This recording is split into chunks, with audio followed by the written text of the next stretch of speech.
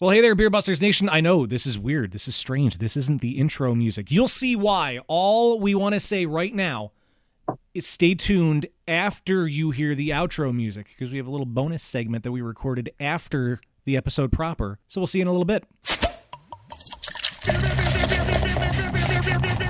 The only thing we have to Beer. is Beer. itself. Beer. So many choices. Only no function beer well without. Woohoo! Beer!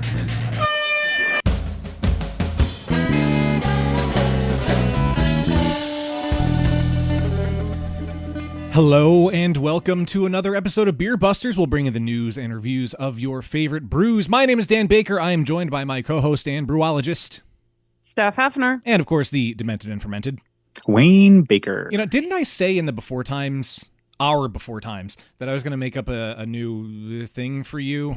I do recall you making that statement at one point. A lot I has like the happened. demented. I like the demented and fermented. All right, we're keeping it. Well, Wayne, how do you Sure. feel about it? Because it's your intro. Listen, I am humble enough to accept being typecast for the sake of keeping my career alive. Keeping your career alive. Okay. All right, that's where we're at. Wait, this is a career? I was going to say, are you Is getting this paid for like? this? Is I'm this not. like? Is this like when you live with someone for so long and then like the domestic partnership Yeah, thing or it's- whatever? Like it's almost 10 years that we've been podcasting. So at 10 years, it just automatically becomes a career, even if Yeah. it doesn't pay us anything. It's a common law career. I'm going to quit my job tomorrow. Are we going to I start like getting that. checks in the mail? I like that. Yeah, right. My boss, I have a common law job now, so A common law career. I really like that. Oh, man. Well, we have a very exciting episode in front of us. I am still just excited to be doing this again, and apologies once again for the brief hiatus. But hey, everybody's doing good now, and that's the part that matters. We have, from what I gather from the email chain, something that was delayed because of my health issues. Apologies. But we have two guys who were kind enough to donate some time to us, coming to us from the great state of Massachusetts, from Exhibit A Brewing. We have... I'm Kelsey Roth, and I'm the general manager at Exhibit A Brewing Company. Awesome. And... I am Matthew Steinberg. I'm the co-founder and head brewer at Exhibit A Brewing Company. Wonderful. Guys, thank you so much for joining us. This is so exciting. I'm happy to have you here. It's like to be here. Yeah.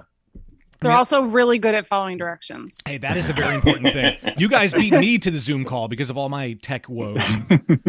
At breweries, you're very trained to follow SOPs. So, I guess so, yeah. we have the SOP. We got it. We're following step by step. We know what we're doing. No, that is perfect. I've come across a lot of people at breweries who don't do that, so it is very much appreciated. Not that I'm going to call anybody out, of course. I want to get into, of course, the housekeeping before we dive into this a little further. You listening to this right now, you know you can follow along with all the shenanigans. We are at Beer Busters on Twitter, Instagram, and TikTok. Don't forget there's Facebook, where we are Beer Busters Podcast. There's also beerbusterspodcast.com, where you can add /shop if you so please and get yourself some cool merch designed by our very own Wayne. There's YouTube. We have some videos up there, youtube.com/beerbusterspodcast. And there's, of course, patreon.com/beerbusters, where as little as $1 a month gets you access to the catalog of punishment videos, the last call segments, and, of course, you get the behind-the-scenes feed. What's better than that? As little as $1 a month over at Patreon. Thank you to all the patrons who have already signed up, and thank you to the future patrons, too. you know, I'm starting to wonder if maybe we should take the energy we put into Twitter and move it over to TikTok. Because I kind of feel like that platform's not going to work for very much. That's true. That's true. By the time this episode comes out, it might be done. Yeah. And we never do anything on TikTok, so. Well, no time like the present. One of us has to figure out the password, though, before we can do that. This is just enlightening conversation, guys. Yeah, I'm sorry, guys. I was gonna say, I think you've made it when you finally have like an authorized fake Twitter account. That's true. Yeah, made it to the big time. We could pay $8. For as little as $8 a month. $8, eh? Yeah, I'm okay approving that $8. We should make that a tier on Patreon, the $8 tier, to keep us verified on Twitter. Just call it Elon's tier. Keep us. We're not even verified. But That's get true, us verified. Yeah, to get us verified. Or pay us $8 a month and you can post something as us one time a month. Yeah, sure. Oh, I actually really like that. Right? That could be fun. Or you That could could take also be over dangerous. take over our feed. Well, you have to follow our code of conduct, but you could Right. take over our feed for like 24 hours. Code of conduct, and we have veto power. That's very important. Yes, can't go without that. Yes, absolutely. Well, enough of our social media woes and whether or not Twitter will be here. Like I said, I'm so excited to have you guys here. I'm excited to hear all about Exhibit A Brewing. Now, you guys are in Massachusetts. Did I see right? You're in Framingham? Yeah. Okay. Part of me thought I was going to pronounce that wrong, and I don't know how. But this is not the first brewery from Framingham that has been on you our know, podcast. and back then I thought I was going to mess it up too. So the theme continues. Fair enough. So how long has Exhibit A been around? We just celebrated 6 years. Hey, congrats. In August. Yeah, September. congratulations. That's so cool. So yeah, we've been around 6.5 years because it took us about a half a year to get going. Yeah. Feels like we're getting old. A half a year to get going does not seem like a whole lot of time compared to most breweries.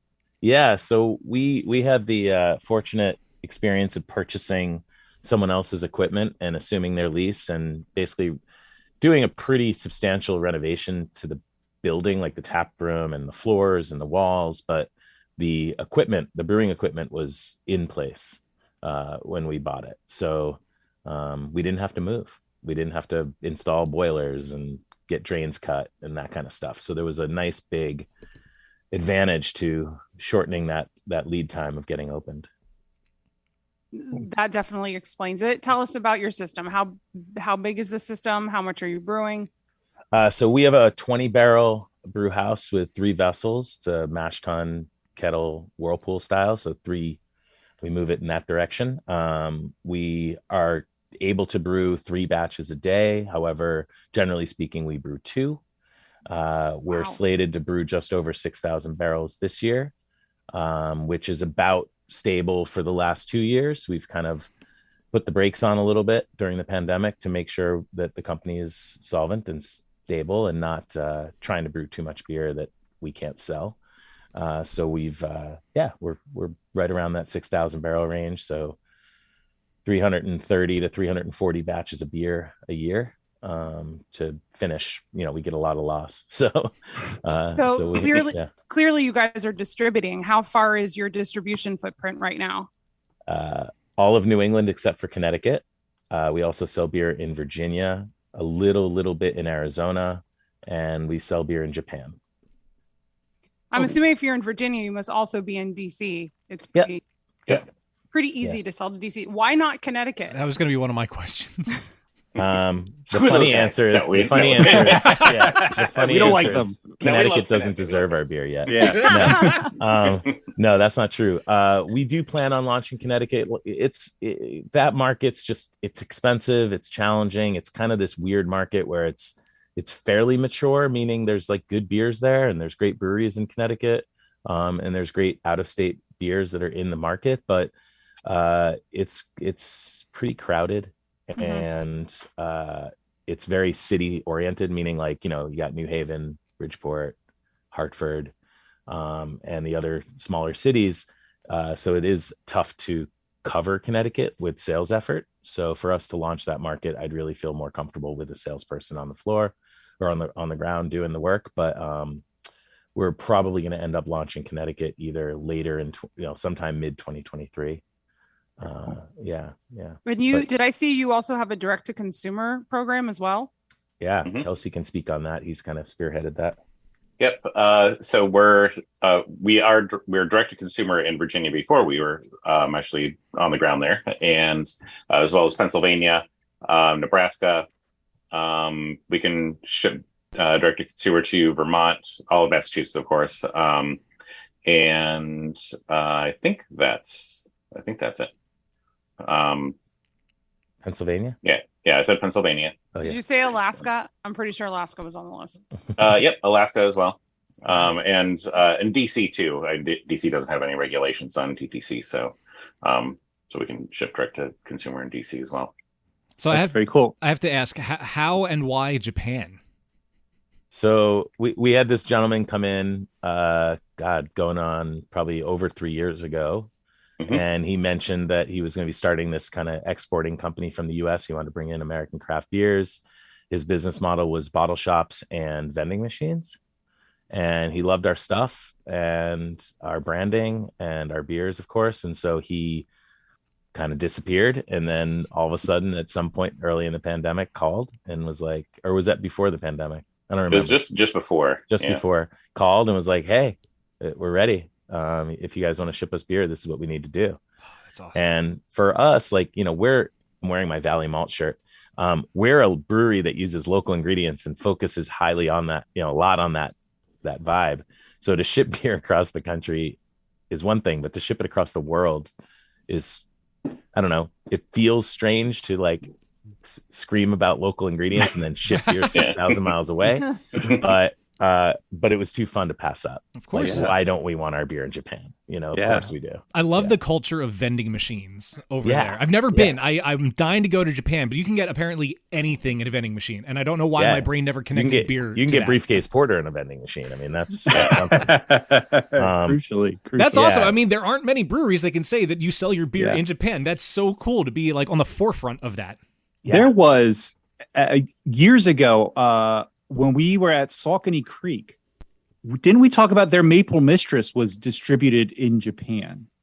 This might have been like 2014. It was a long time ago. And I think it was a similar story. It was somebody who was, exporting to Japan, just looking for like up and coming breweries and beers. And they were like, yeah, we'd love to sell our beer. And same kind of story. Like that's so like kind of random. But from what I understand, and I don't know a whole lot about modern Japanese culture, but I think beer culture has really been like becoming a bigger thing in Japan. So it definitely is. Yeah. And it's younger people. It's, 25 to 35.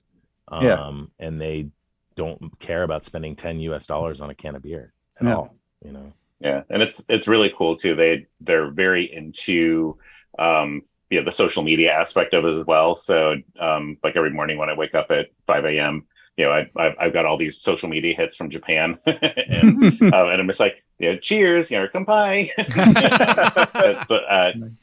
but they just recently had the American Craft Beer Experience there in Tokyo, and we through Drink Uppers, which is the importer, we had representation there, and they had this awesome like little ice cream truck that they were selling basically pouring our beers out of. And it was a 3-day event.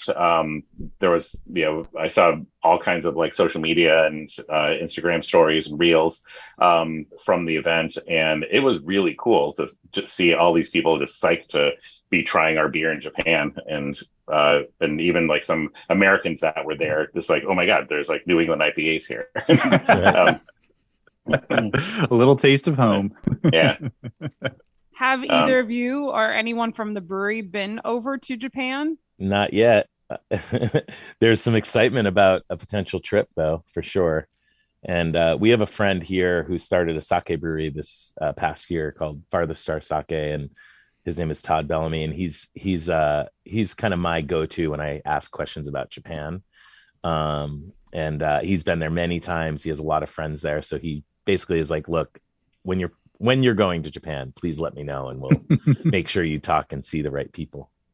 So we keep angling for a staff trip, and it hasn't happened yet. But we haven't had a sake brewer on our show in quite a while. That would we should put you in touch with Todd. This stuff is amazing. That's exactly what I was thinking. That would be a fun avenue to re-explore. That would be fun. I think staff trip over to Japan is an amazing idea, and to experience your product there, that is just, I can't even imagine what that process is going to be. Yeah, it feels like even just going. I was just in Arizona drinking our beers and promoting our beers and having events, and I'm like, even just seeing it that far away is so cool, and just people being excited. Really, it's odd to see, but they're super excited about us being from Massachusetts. Like there's a thing, I guess, like you're how close to Treehouse? No. Nailed it. Yep. But not actually, that terribly far. It's not that far. And oddly, like many of the people there couldn't have told you those two brewery names that we're both thinking of, like, and I'm like, oh yeah, the beers from Trillium, and the beer buyer from this store was like, what's Trillium? I'm like, this is the most exciting moment I've ever had. After sort of, and I got love for Trillium for sure, and they're friends of ours, but I just think it's kind of a little bit refreshing, I think, to have a beer nerd have no clue what Trillium is, Yeah. And that's not for a lack of education. The dude was very well educated in beer. He just happens to not be from around here, I never thought of that. Yeah, but there's such a saturation of breweries, and it's a lot of regional stuff. I mean, we've got some heavy hitters in Philly and greater Eastern Pennsylvania as a whole, but you get outside the area, and the only one people might recognize are Trogs or Victory. Well, fun fact, last time I was at Treehouse at the lager bar, of course, Dana was wearing her Crispy sweatshirt, and the bartender was like, Poor Man's. They're an awesome brewery. Yeah, they knew Poor Man's from Ephrata, a brewery 20 minutes from my house. So that was cool. That was pretty cool. Yeah. Cheers to those guys. Yeah, and people that work in breweries tend to be really excited about other breweries. Yeah. That's true. It's just totally normal. Yeah. Yeah. Was this always part of the vision when you founded Exhibit A to distribute your beers to many places, or did that sort of come up accidentally? I thought you were going to say to be close to Treehouse. That was the plan. That was the business model. No. But famously, the owner of Trillium was at our opening party, so I just want to say that. Very cool. And people recognized him there, which was funny. So no, our plan was to kind of keep it sort of more hyper local and focus on our self distribution model of kind of managing 200 to 300 accounts and just focusing heavily on that. And then as we realized our growth was potentially more than what we were doing in, say, year two at 2,500 or 3,000 barrels, we couldn't continue to operate the way we were, collecting checks from retailers and having a full sales team and multiple trucks and all of that stuff. So we decided that the wholesale model was really the best move. And so we signed with our in-state wholesaler that also happens to operate in Rhode Island. So now we're in 2 states. We had launched Maine and we had launched Vermont. Just because I guess selfishly I wanted to sell beer in those markets. So when I go to visit, I can have something to do. My daughter went to school in Maine, so I was like, yeah, Maine makes sense. But those are very small markets. So yeah, I mean, for us, I think at this point, and maybe even if you asked me 3 years ago, I'd probably have a similar answer, which would be, I want my beer in people's hands that want it, value it, appreciate it, and will tell everyone they know about it. That to me is really important for just that organic growth and that when I say organic growth, I mean just small rather than trying to land it in every single person's hands. I get the reality, which is that not everybody's going to want it and not everybody's going to put out the effort to look for it. So we just want to be where be in the best places and try to keep it as fresh as possible. But no, we did not envision that. You mentioned the importance of local ingredients, and I know you guys have the mantra of building better beer, which I want to talk about. But I'm curious, was there any apprehension, or does it make you nervous at all to distribute so much beer and so far? Because once the beer literally leaves your facility, it's out of your hands. From a quality control perspective, is there anything specifically that you have in place to make sure everyone's getting the quality product that you're making at the facility? Oh my God, that's such a loaded question. No, I'm sorry. No, I will be very clear. There's a few things that I lose sleep over, and freshness is definitely one of them. I can believe it. We find, old beer sometimes. It's just the way it is. I don't want to pretend for a second that every retailer cranks through our beer and it's there's never any date code issues. We put a packaged on date on our can. We distribute a sell sheet or I forget what we call it, Kelsey. It's our freshness policy. And we make sure that all our retailers and reps and distributors and stores and whoever gets that, so they understand that 90 days after this date, that beer should no longer be sold, or whatever it happens to be. I think it's really important for me emotionally and also just literally to not focus so heavily on that and just rely on our sales team and our distributors to not overplace the product and not oversell the product. We keep inventories lean so that they kind of really can't do that. But yeah, it's a problem. I mean, there's old beer in the market, not just ours. I mean, there's old beer from every brewery in the market. It's, I think, on occasion, it's not a big deal. And then on other occasions, it's kind of a bummer because someone might have the beer and be like, oh, I used to like this. I don't understand. It's not very good right now. And it's like, oh, it's 6 months old. Oh, whoops. So yeah, I think it's a battle we will never win. It's only a battle we can continue to fight. It's one of the reasons why we said yes to Japan, was because of the system they have in place to get our beer there. And literally depending on when we package it, we could package it. They pick it up, that day or the next day. It goes onto a refrigerated, container onto an airplane that then goes to Japan, and they'll have it there within a week. Yeah. And, and people will be like, holy cow, this IPA was canned a week ago. How did they get here to Japan so fast? Yeah. They're the best at it. Yeah. Yeah. I mean, we have a distributor in Maine, and it can take longer to get to their warehouse than it does to get. Yeah. Because it's got to go to Ross Express, and then it's got to go down to our Rhode Island. It's got to go to Connecticut. Now it's going up to Maine.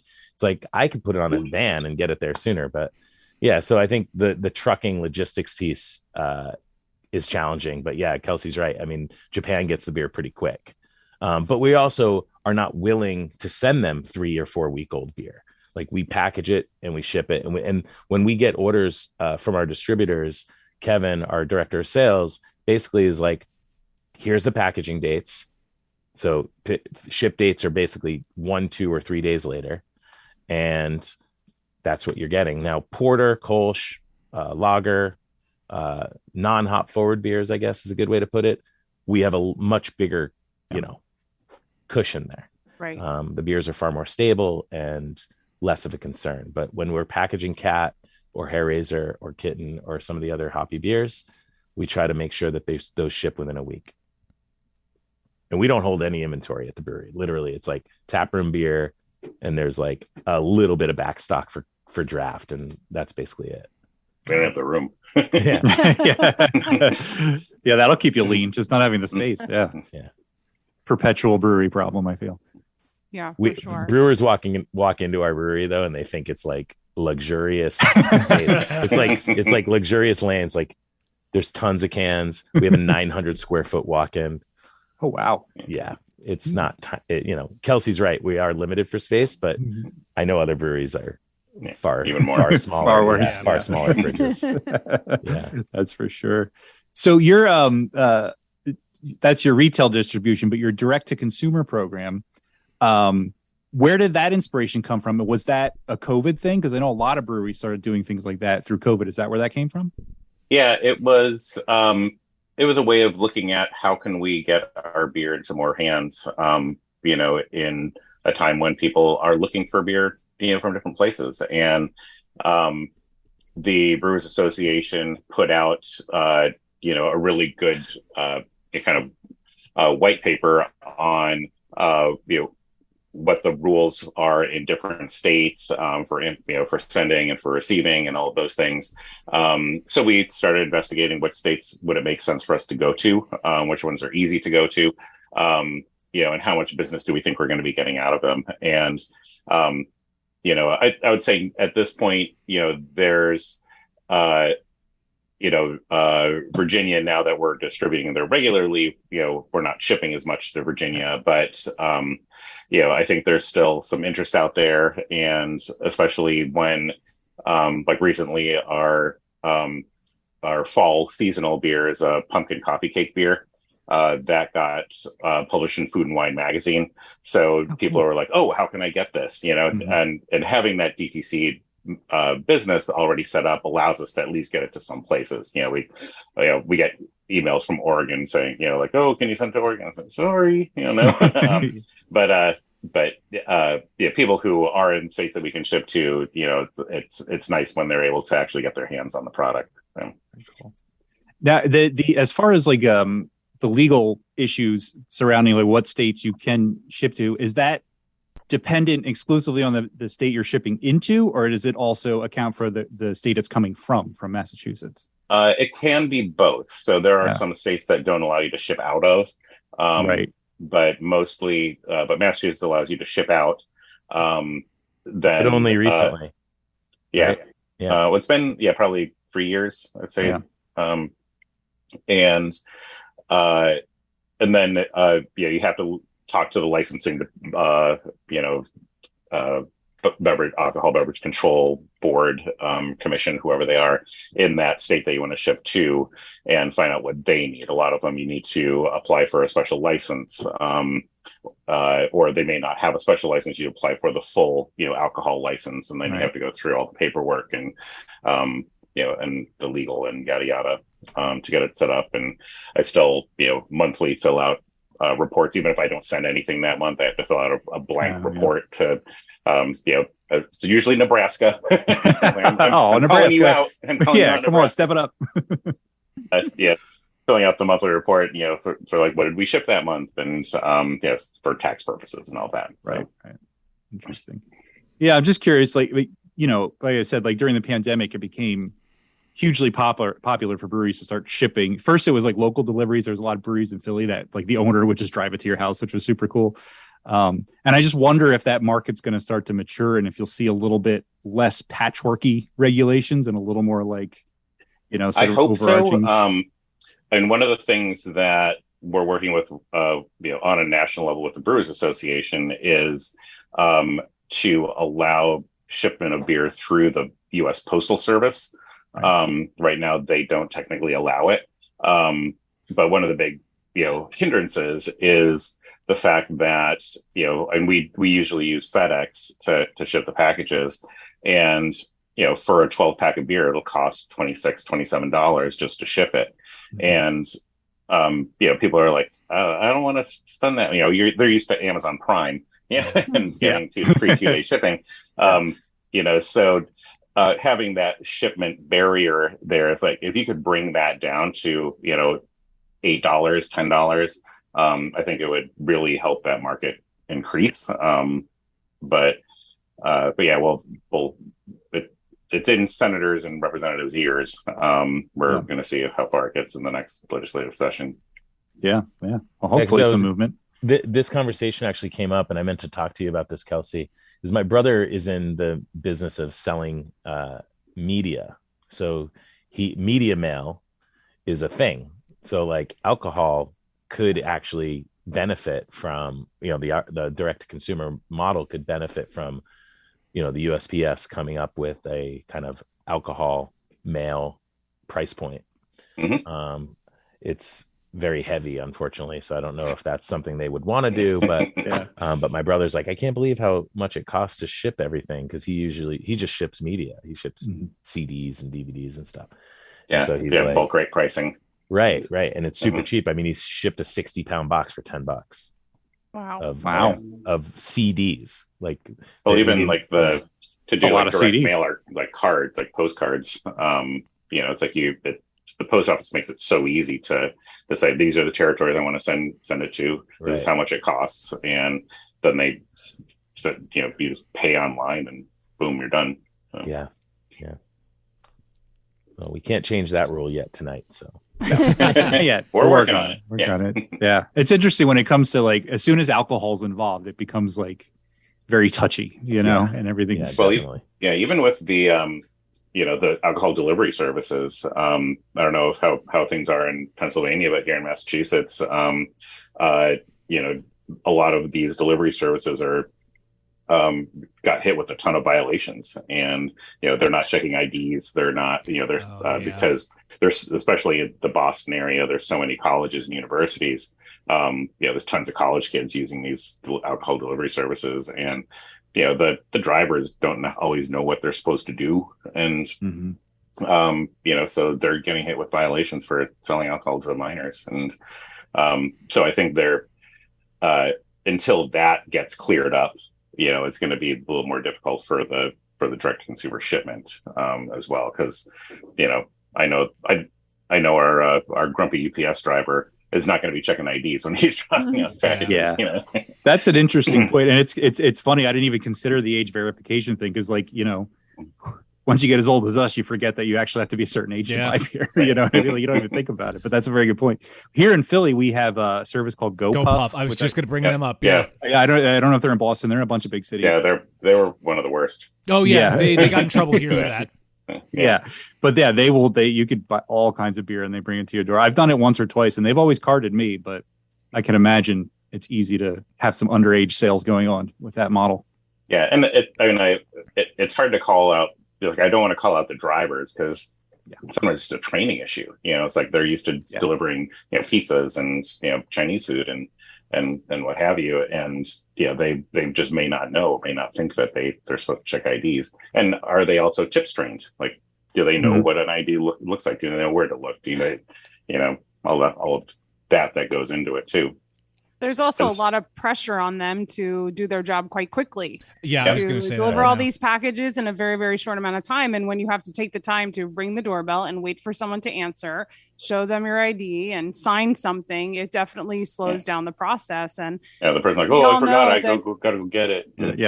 And those drivers are it's like the cashiers at Aldi. Come on, scan faster, faster.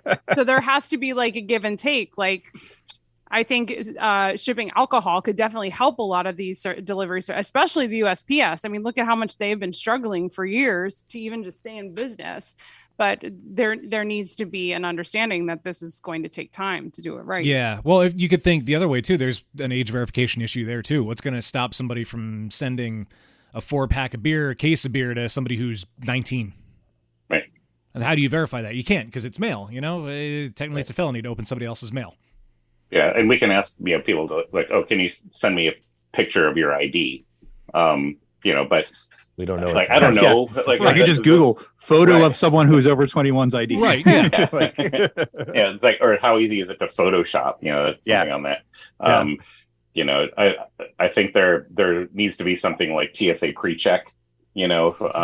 For alcohol, where you can get just through the government or whoever get pre-certified to purchase alcohol online because you've supplied all these documents and an XYZ proof of age. And if they're worried about revenue, they can charge a little bit for that service too. Yeah. That would boost the number. I would pay a little bit of money to verify my age with them and my identity with them if I could get beer delivered to me. Yeah. And not have to have it be a hassle every time. Right. Yeah. Just come home from work. Hey, there's a beer package outside. In Pennsylvania, we can have wine and spirits shipped to the state stores and pick it up at the state store. Like I ordered gin from False Bottom is Ethan's spirits company, and they delivered it to the local state store, and I went there to pick it up. I had paid for it online, but I had to go there, show my ID, and pick it up. Where beer is like a different entity here, but perhaps like I want beer from Exhibit A or from a brewery in Oregon or whatever, and they could have it shipped to a place where I have to go and pick it up. Like a registered partner distributor, right? Or something, yeah. I mean, just like like you can Yeah. redirect Amazon packages and pick them up at certain pickup spots, or like, even FedEx will hold packages and you can go and pick them up. Like maybe looking at it from that perspective would solve problems. I don't know, at least solve the legality of it. I had a beer of the month club like years back. Like this was years ago. And it was always a pain in the ass because of course they would always try to deliver it when no one was here. So I was constantly driving, and I think it was even UPS, which is even less convenient to go to, but I was constantly driving over to the UPS facility, waiting in line, signing for it so I could get the package. Like if I could just automatically have it sent to a place and go and pick it up and sign for it at my convenience. I don't know. Yeah, and it'd be a good use of like local liquor stores. They would probably want to cut. Because that's obviously a hassle for them. But then more work for them. shipping wouldn't cost as much either, because you think like, because they could send, here's all the exhibit all the exhibit A beers that are going to this location. You know, you just send it all together. I don't know. I'm not a business person, nor do I completely understand the logistics of all this or the laws behind it. But somebody that could, I feel like, could create a really brilliant business plan here. Yeah. Just putting it out there. It charge a small service fee for pickup. You know, it's right. like $2, you know, or something. Yeah, $3. Yeah, I would pay that. Mm-hmm. Also, in Pennsylvania, I assume it's the same in every state. On the back of your ID, there's like a not a barcode. It's not a QR code. It's another kind of similar code. Scanning thingy. A scanning. They scan when you go to play like events where like everybody has to get carded, like a concert or a festival or something. They're always scanning. So I imagine that could be. We're really coming up with some good ideas here. We should write this down. Yeah. Well, I mean, they're making the transition to real ID slowly, and like that could be used for it too, because that is federally, identified or whatever. Right. I wanted to ask, and I'm glad you guys are on top of that, but it's something that you can't entirely control. But something you can control is I like the parts of your website that talk about like inclusivity, and I really like the part that mentions that you guys are an autism welcoming establishment. I think that's really cool, and I hadn't seen anything like that before. And of course, you mentioned you won't stand for any harassment of any kind from employees, customers, everybody across the board, which is great. But how did the autism welcoming part come up, and what launched you guys into that? So it came up from their I want to say it was from the Chamber of Commerce. They hosted a webinar from an organization out here called advocates.org. They're advocates and their website is .org. And they have a lot of service kind of arms that one of them is Autism Alliance, which works with helping parents and kids kind of adjust to the world, who are on the spectrum. And they launched this program to certify businesses as an autism welcoming business. And I'm like, this sounds really interesting. So I hopped on the webinar and listened to what they had to say. And I said, I want to sign us up for this. It's, one, it's a way to train our staff about the needs that people who have autism spectrum disorder, what they would need to, what their different needs might be in an establishment, what challenges their family members have, when they go out to places, and just even learning that, for many of the parents who might have kids or even grown adults at this point, going out to have dinner or going to a movie or something like that can be a very challenging thing. And if we can make that a little bit easier for them, I'm like, why not? And so I signed us up. We went through the training, and we now offer special autism hours every Sunday. The first hour of that we're open is, we keep the music down. It's usually not that bright out, and our tap room is a little dark anyway, but we don't have bright lights, and we have sensory kits available, picture menus, and we try to make things as accommodating as possible. A lot of the kids will come with like their own headsets and stuff like that already, but we have the kits available if they're needed. And it really was just a way to, it's like it really required very little on our part to make this happen. And so I'm like, why not? Why not make our tap room a more welcoming place for everybody? Of course. Yeah. And it says a lot that you're willing to do it, because it doesn't necessarily, take a lot from you guys, but it has a huge impact, I'm sure, on the people who, either are on the spectrum themselves, or like you said, the parents, the kids, the siblings, whoever's with them. Like that's got to be gigantic. And I never even considered that until I saw that part of the website. I think it's brilliant. I hope more people do something like this. Yeah. Me too. I had never really heard of it. My son's best friend has autism spectrum disorder. His brothers do. I think his father probably even does. And talking to his mom, not that long ago, actually, about a month ago, she kind of brought it up and was like, oh, like, do you have like, is there like a list of businesses that participate? And I'm like, there may be. If you went to their website, you would probably find that, but we don't have that. And I was thinking, and I never mentioned this to you, Kelsey, but I was thinking like, we're on that list. So if you're looking, you can see, okay, this business provides the services that are within the range of what we're looking for or whatever, and they offer a safe space for us. The beauty of it is that it goes relatively unnoticed by the general public, and I think that that's not that it would matter either way, but I think that a lot of times if you have a space that is like just shouting that, does it mean that it's not as fun, or that does it mean anything? It really, like Kelsey said, there was really no work involved other than the commitment to being inclusive to everyone, which falls under our DEI program anyway. So it's just a matter of like kind of maybe legitimizing our approach, which is that, we're a safe space for everyone, unless you're a complete jerk and harasser. But in the realm of, we're already intoxicated. I mean, or that.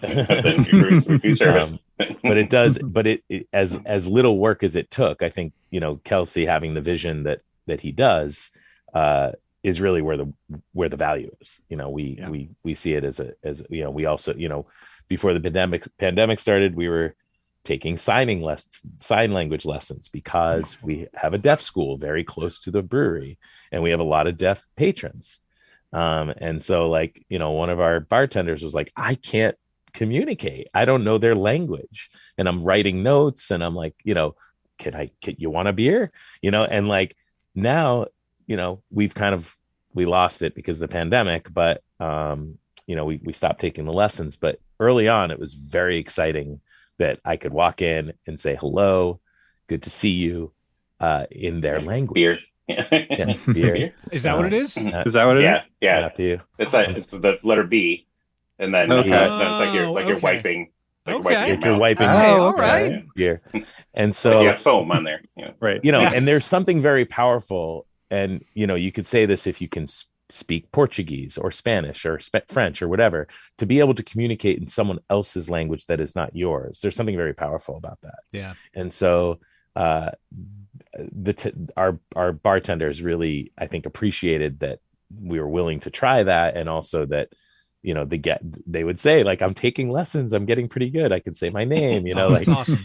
So, and that part I think is the best part. Like just having that freedom to and that the vision that Kelsey had, which is all encompassing of inclusivity, not just being kind. That's funny. It was funny because like a couple of the staff members were like, they were like scared to use what they had learned, right. And I'm like, why don't you use it? And they're like, because like I did a couple of times, and then they think I know how to sign, and they just go really fast. And, like it's okay, it's okay. Yeah. Like just let them slow know. Down. Yeah, I forget the word for slow down. Wow, it's funny. That happens with any language that isn't your afraid that you're just learning. Like right. When my fiance and I went to Paris last year, and she took French over the pandemic. That was like the big thing she did. And, the same thing. You walk into a store, you start speaking in French, and all of a sudden they come back at you at 100 miles an hour. And then you're like, oh my God. I remember as a kid, I went to, first time I was in Montreal. They say bonjour, hello. And I was like, I took French in high school, so I'm like bonjour, and then they're like in French, and I'm like I mean hello. Abort, like I didn't realize that you were actually asking me which language you want me to talk to you in. Right. That's interesting. But I did want to say, with the sign language lessons, I think that's a perfect example of how, when you make the effort to be more inclusive, you gain skills and learn new things about the world that you wouldn't have learned otherwise. Like you've learned a whole new language just because you felt the need to communicate with someone, in a particular space, and because you opened yourself up to bringing these people in. And with the autism awareness now, things that I wouldn't think of that a person with on the autism spectrum might need, you now have a little more of that knowledge than you would have had before. Yeah. It's really opening, in those worlds, like if you don't live in those worlds every day, it's a whole different culture. And and kind of learning about that culture, and you gain more of an appreciation for it. And I think at the end of the day, that's what makes the whole difference is you're learning and you're appreciating, and you're not fearful of it anymore. You're not confused by it anymore. And and that's true with any any culture that's not your own. Mm-hmm.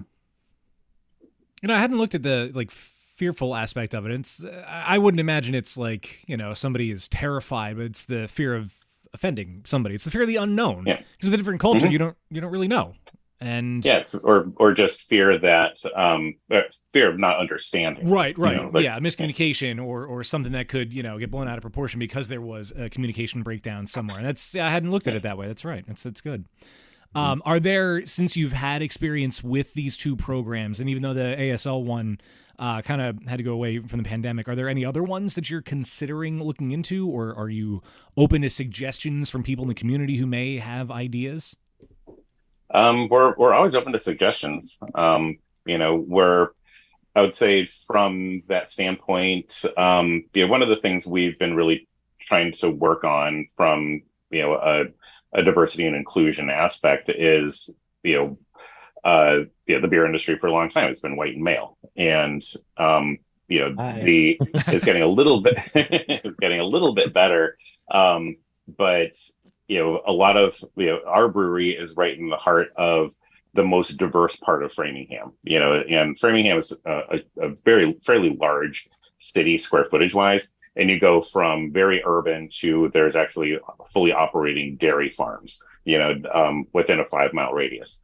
And of course we're in the industrial flex area, so we're in the more diverse area. And it's like, is our tap room reflecting the neighborhood that we're in? And the answer was no, it wasn't. And so we're trying to book more diverse music. We're trying to focus on booking minority owned food vendors, and having food there that we have. One of my favorite is Jollof Masters, which does Nigerian rice dishes, and and the food is phenomenal. And if you've never had it, it's a perfect opportunity. It's low risk. You're coming in to have a beer anyway. Just order a bowl of rice and try it out. And you're not going out to dinner and making a huge investment in time and money.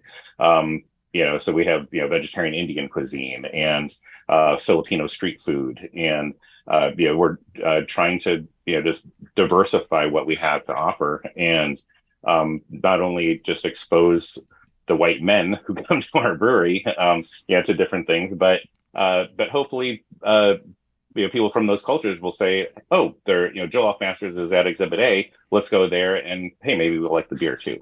So we hope it works both ways. Yeah, that's very cool. And it's thoughtful approach of like you said, like broadening the genres and styles of music that you bring in, and focusing on minority owned businesses or food services and stuff like that. Is it shows paying more than just lip service, like doing the work of actually like making your business reflect the community that it's in. That's really great. Yeah, and I think you can, like, when you're trying to connect with people, food and music is just a really easy way to kind of get into it. So I think that's an easy door to open, and why not, let's start there and see where it goes. Absolutely. And I think the more that you think about including others, whether it's by making them feel comfortable, welcomed, or safe, or just offering a variety of food, I think it just creates an environment where people naturally feel welcomed. And I feel like you're also going to reduce the amount of issues that you might have from people. And is this just a theory, or perhaps do you think this is true, that because you're going out of your way, you're almost being proactive? Like, if we do all of these things to make this space welcoming for all, then we're going to prevent possible negative things that could happen. Do you kind of understand what I'm trying to say / ask? Yeah. And I think from that standpoint, we do work to create a very inclusive environment, and the people who come definitely appreciate it. There are I would say people outside of our circles. I'm trying to say this diplomatically. Outside of our circles, who probably have never been to our brewery before, who have been very vocal about uh, you know their hatred for what we do. In that level of inclusivity. Yeah. I'm only laughing. I'm not actually laughing. Yeah, exactly. Well, yeah, and what Kelsey's touching on is we've had some events at our brewery that that a certain type of person maybe wouldn't appreciate or wouldn't put much value on, whereas someone who's maybe a little more open-minded would feel like, wow, this is amazing, I can't wait for the next one. Thank goodness these people don't want to be at our place, right? Yeah. And I would stand in front and tell everyone walking in that if they have any issues with what we do, that they are more than welcome to not come back. Yeah, I mean, during the pandemic, especially when the George Floyd protests happened, and all the things that happened, we committed ourselves to having guests on who shared the same values, and it seems like you guys obviously do. And I think at one point I even said, like, if you don't believe that Black Lives Matter, or if you can't treat somebody like a human when they're different, I don't want you listening to the show. You don't belong in this audience. Right. Well, and just like offering a drag show on a Saturday. They seem so fun. They seem so fun. I've never been to one, and it's killing me. It's providing first of all a kick-ass time, but also it is letting the LGBTQ community know that this is a safe place for you. Right. We enjoy your art, and we want you to come here and enjoy it, and this is a safe place for you. And if people feel safe going to your brewery, I think that's the most important thing. And if people are offended by anything that's offered, then good. Then, like I said, it's preventing future problems from happening, so they can. Yeah, and just to touch on that for a second is that I usually we have a very our tap room's not packed. It's not like sardines in there, right? It's a very comfortable, enjoyable experience. We have a small tap room and we push it out into the brewery on the weekends so that there's plenty of space. Our drag shows are our number one retail revenue day. I'm not surprised. I bet, at all. yeah. And I will tell that to anyone that wants to listen. I think that this is kind of Kelsey's baby. He really wanted these shows at the brewery. He's friends with the artists and the performers, and I was immediately like, yeah, this sounds great. And so I'm super proud of that part of our taproom experience. But more importantly, like, what an amazing revenue day it is. Yeah. And I do want to say, like, that's important. Us making money is very important. And the fact that we can beat our own anniversary party on a drag show night is just crazy. It's crazy. And that's like, yeah. And I think it goes to show that when you do make an effort to be supportive and inclusive, the community comes out for it. Oh yeah. And families, everybody. Yeah. It's like if you're worried that you're going to lose money because you're being more welcoming and inclusive, the opposite is actually true. And I wouldn't say it's not even people from that community. It's we have parents bringing their kids who want to expose their kids to something that they may not get at school. And our regulars all come out. Yeah. Oh yeah, they love it. Yeah, they can't wait for it. And I'm more familiar with the drag scene in the Philly area, but recently we had a really kick-ass bar in Philly that closed, sadly, Devil's Den, and they regularly did drag shows, and they were one of the first bars to do them, and very, very supportive of the community, and goes out of their way to help the community in any way they can. And the final drag show they did in collaboration with the Philly Pink Boot Society. And the original intention of the event was to raise money for the Pink Boot Society. But sadly, one of the performers that was supposed to be there had passed away not long before the show. Mm-hmm.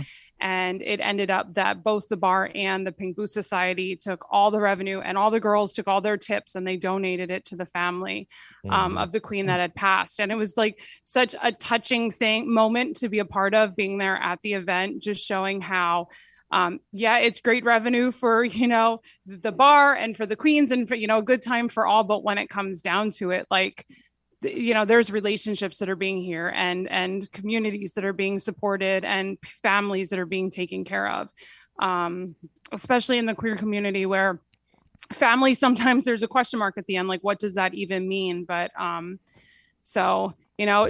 drag shows are bigger than just a good time. So that was a very nice and touching moment to be a part of. I didn't know that. That's awesome. That's great. Yeah, one of the best events that we hosted was a fundraiser for an organization that provides mentorship for queer kids and teens. And she had never done a fundraiser before, but she knew she wanted to have a drag show at it. So I connected her with my friend Candy, who's the producer, and like when he was talking to Melissa about what she's doing, like Candy started crying and going like, this is amazing that you're doing this. Like, there are so many people like us that need, what you're doing. She put together a show, like some amazing performers. And then like during the planning, Melissa goes, so some of the kids asked if they could participate. Is that something that you would be okay with? And Candy's like, oh my God. Yes. So they brought makeup artists and hair and costumes, and they worked with the kids. So not only did we have, Boston, Worcester level professional drag performers, we actually had some people come up from New York for it as well. But we had the cutest kids out there dancing and doing their numbers, and it was just like I was just like tissues, it was like it was just so heartwarming and just amazing to see like the smiles on their faces and how much effort they were putting into it, and a moment for them to like really shine with who they were, and it was just amazing to watch. Wow, that's cool. Well, next time I'm up in the area, I will have to connect with you to find out all the good drag spots to hit up when we're in town. Of course, Exhibit A. Exhibit A, of course. Yes. In Framingham, we're the best drag show in Framingham. So here's a good, as someone who regularly attends drag shows, this is very important. When someone attends a drag show at your brewery, is there a place where I can exchange larger bills to get dollar bills to tip them, or do I need to come with my dollar bills? This is a very important question. We always stock a lot of singles at the bar, so you can cash in. But we also make sure that there's venue or Venmo codes around that you can Venmo tips as well. So. Okay, that's very, very good to know. There was we saw some queens perform in Phoenixville. What was it? Dragzilla? Yeah. And the crew that was with the drag queens, they actually had tons of dollar bills, and you could trade in your like 20s and stuff for ones right there in the venue before. I'm like, this is the best awesome. Drag event ever. I didn't have to stress about going somewhere to get dollar bills, and Venmo is great, but there's just handing. Yeah, you want to hand it out. Yeah.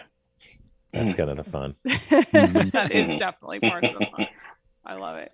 So we mentioned earlier, you mentioned some of the very cat punny IPA names that you guys have, but we're kind of like an hour in on our conversation. We really haven't dove into the actual beers that you're making there. So talk about perhaps like the styles you make, maybe the most popular ones.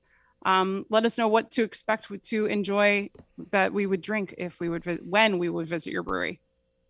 Sure. I can talk a little bit about that. So, being a brewery here in New England, in Massachusetts, we definitely make a handful of IPAs. The leader in the portfolio is the Cat's Meow. It's a New England IPA, 6.5% alcohol. It's led with a beautiful malt base of Valley Malt Golden Valley Pils, Valley Malt Va Va Voom, and a little bit of Valley Malt Warthog Wheat. And then we can talk about hops. I tend to like kind of focus more on the malt. It's driven with Citra, Mosaic, and Eldorado. And so that beer probably is roughly 40% of our production, give or take, maybe a touch more. Second, our second highest selling beer, we have two of them that are kind of right in line with each other. There's one called Just a Kitten, which is a 5% New England IPA, hazy IPA. And that one is Vic Secret and Mosaic with a little touch of Citra on the hot side. That's kind of, as the name would lead you to believe, it's kind of the little cousin to the Cat's Meow. And I just have to say the can art is just is brilliant. I love the can art. Which one? All of them, but specifically Just a Kitten with the big ball of yarn with his paw coming over it. So Kelsey does all of our art and design. That particular label proudly was the cat and yarn was drawn by my daughter Issa. Oh, amazing! So she's now 21, and she did that when she was 18.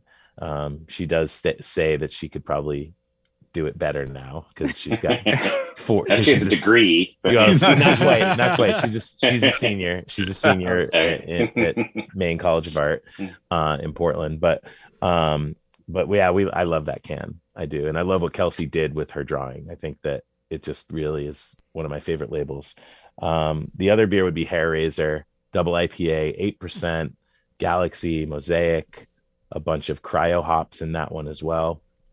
And those three, being the category leaders for us in the IPA world. But people ask, what's your favorite beer a lot? And for us in our portfolio, there's two that shine for me, and Kelsey's drinking one of them. Goody Two Shoes is our Kolsch beer.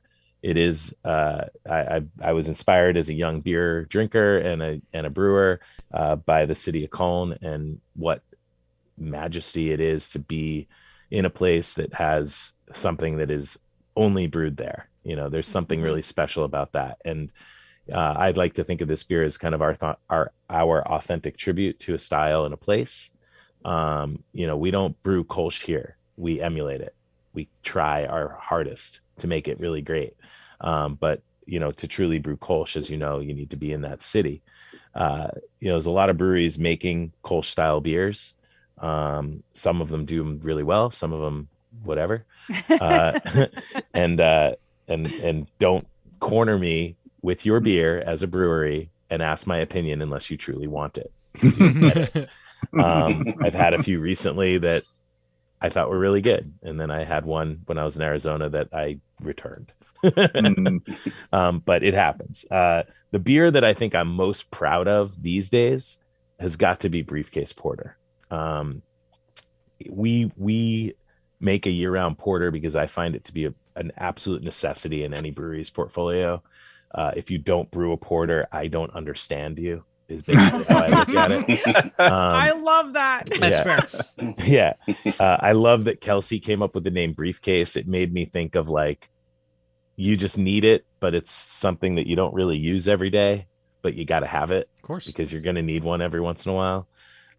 We have a regular named Cisco who owns the bike shop across the street, and he has literally only drank porter since we opened, and he has consumed more of Briefcase than anyone.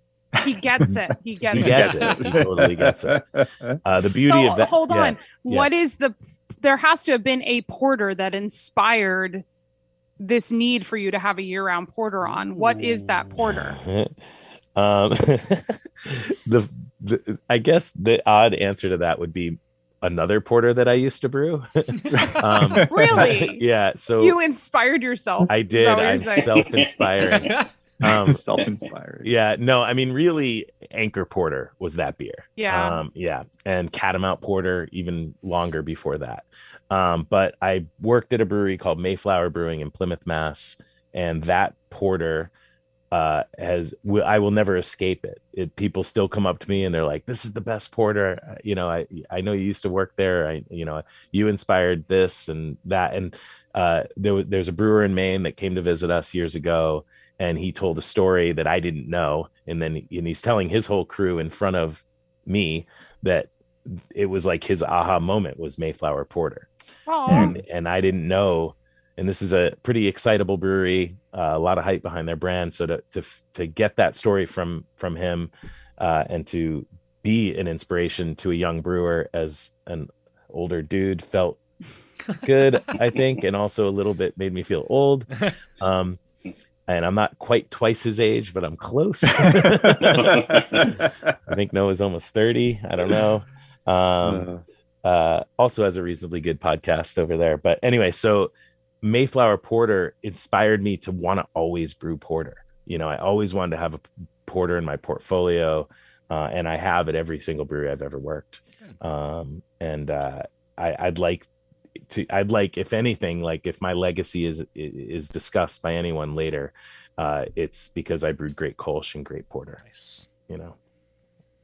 Yeah, as it should be. Do you ever do any variations of that porter at all? Any adjuncts? Don't mess with a good porter. Look, I know. But every now and then, something might be fun to try. Well, anyone that knows me knows that I don't mind variants as long as they don't. Can we curse on this show? Oh, absolutely. Yes.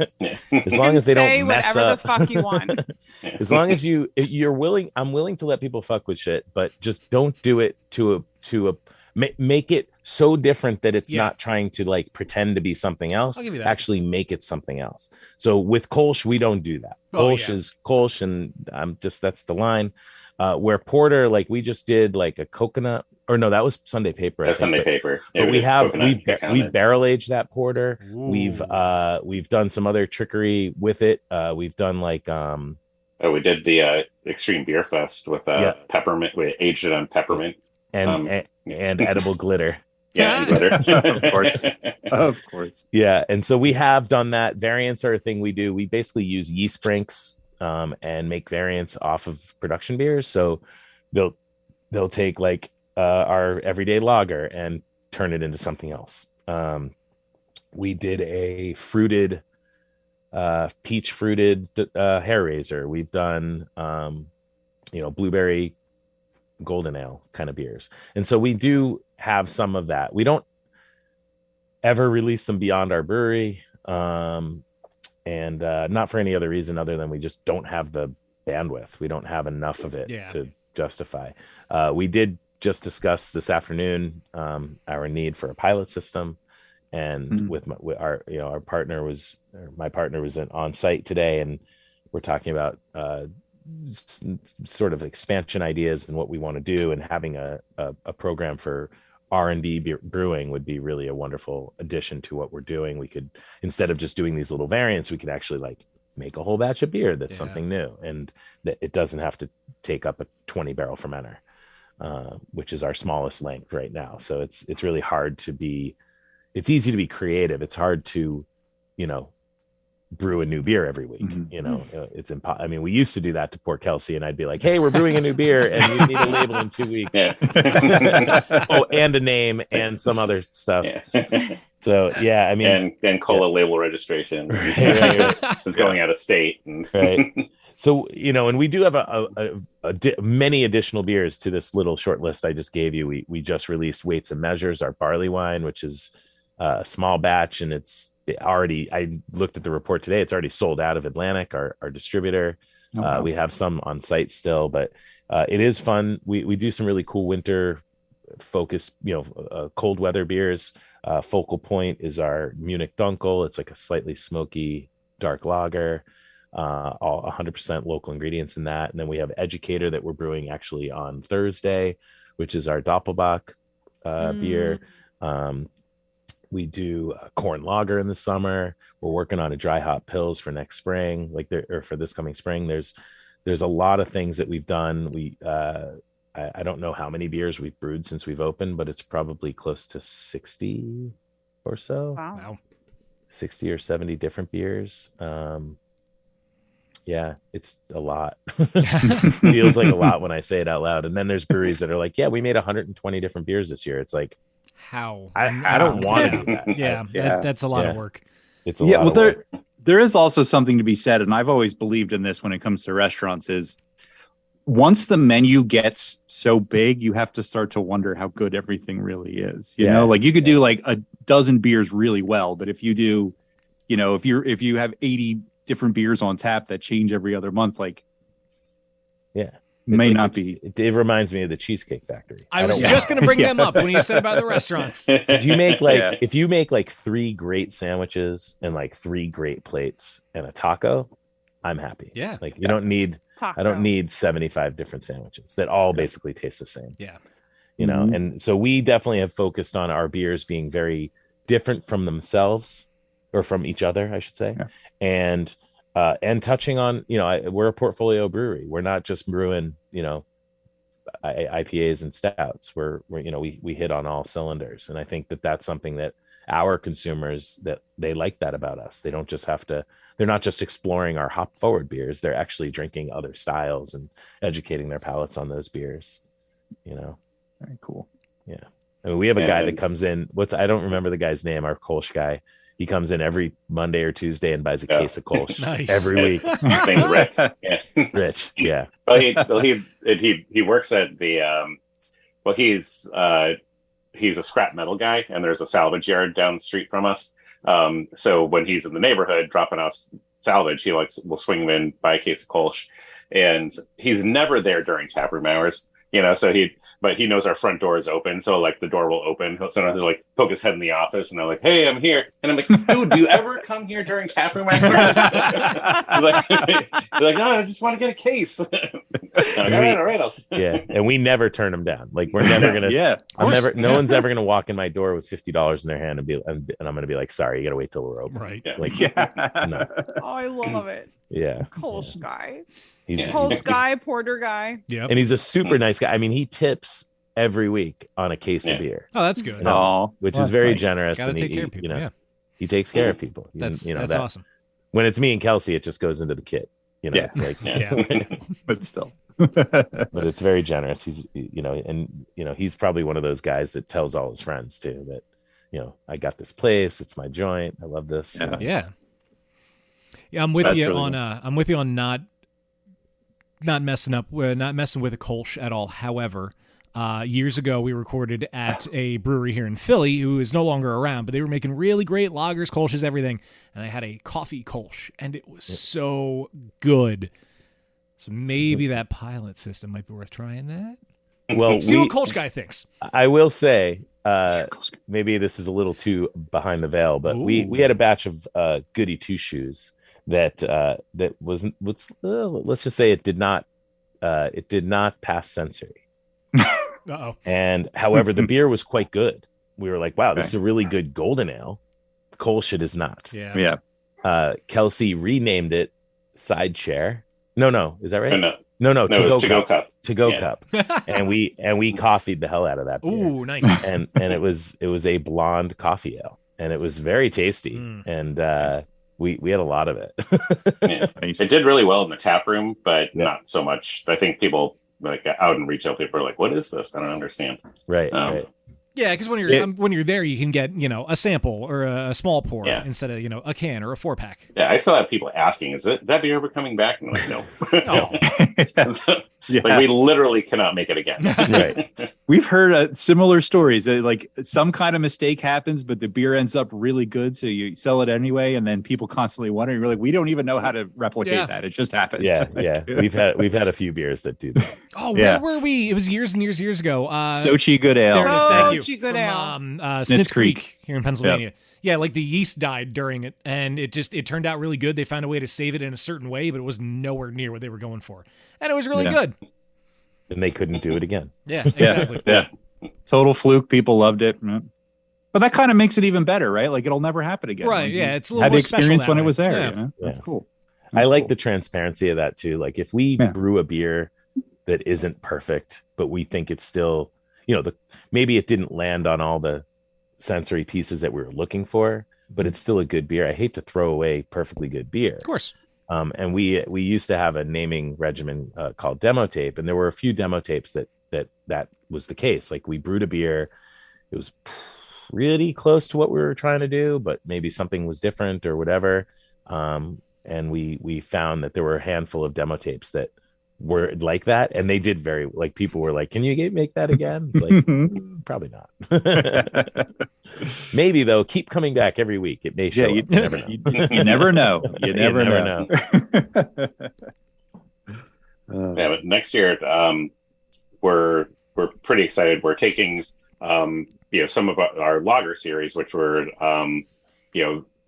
we really focused on using 100% local grain in them. So like Focal Point and Educator, and we're going to be doing a dry hop lager next year and kind of branding them into a local grain lager series to really kind of push the fact that we use more local grain than any other brewery in Massachusetts, and these beers are really going to kind of feature that and really focus on it.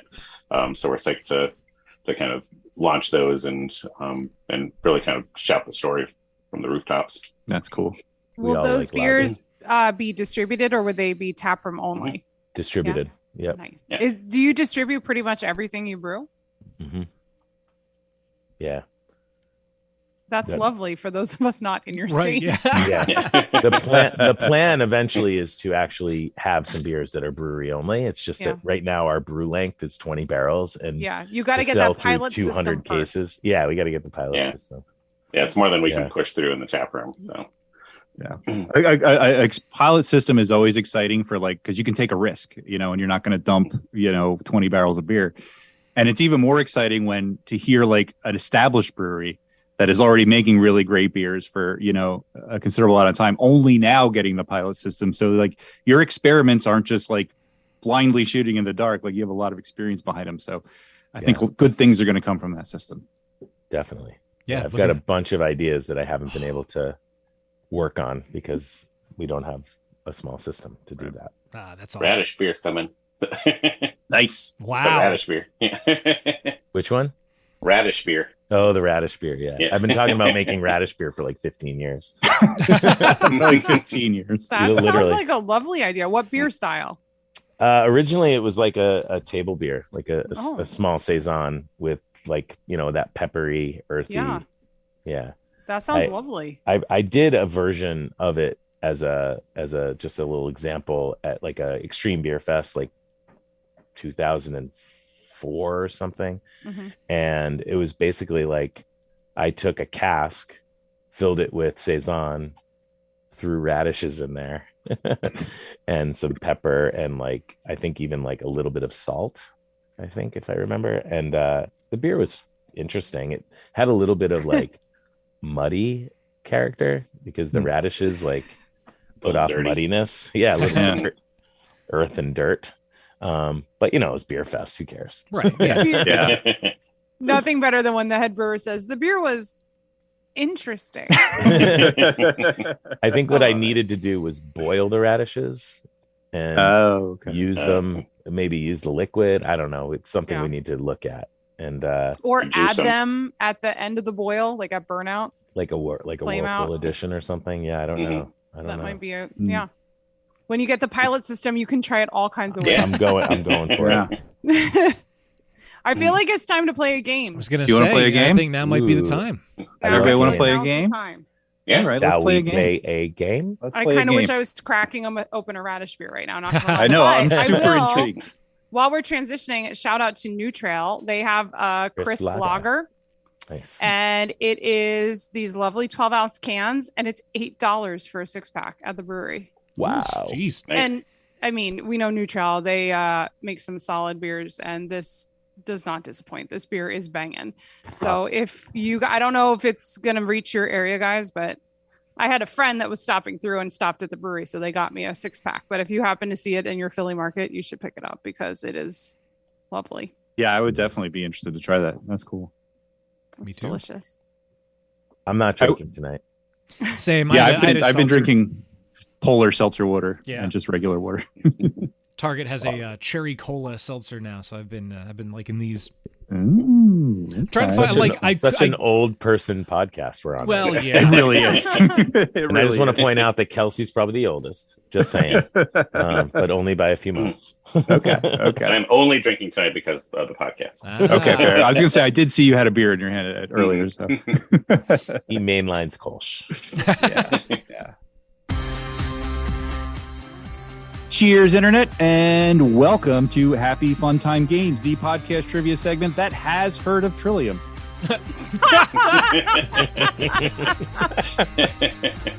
Today, we are playing everybody's favorite Happy Fun Time game, my favorite Happy Fun Time game, Libation or Fabrication.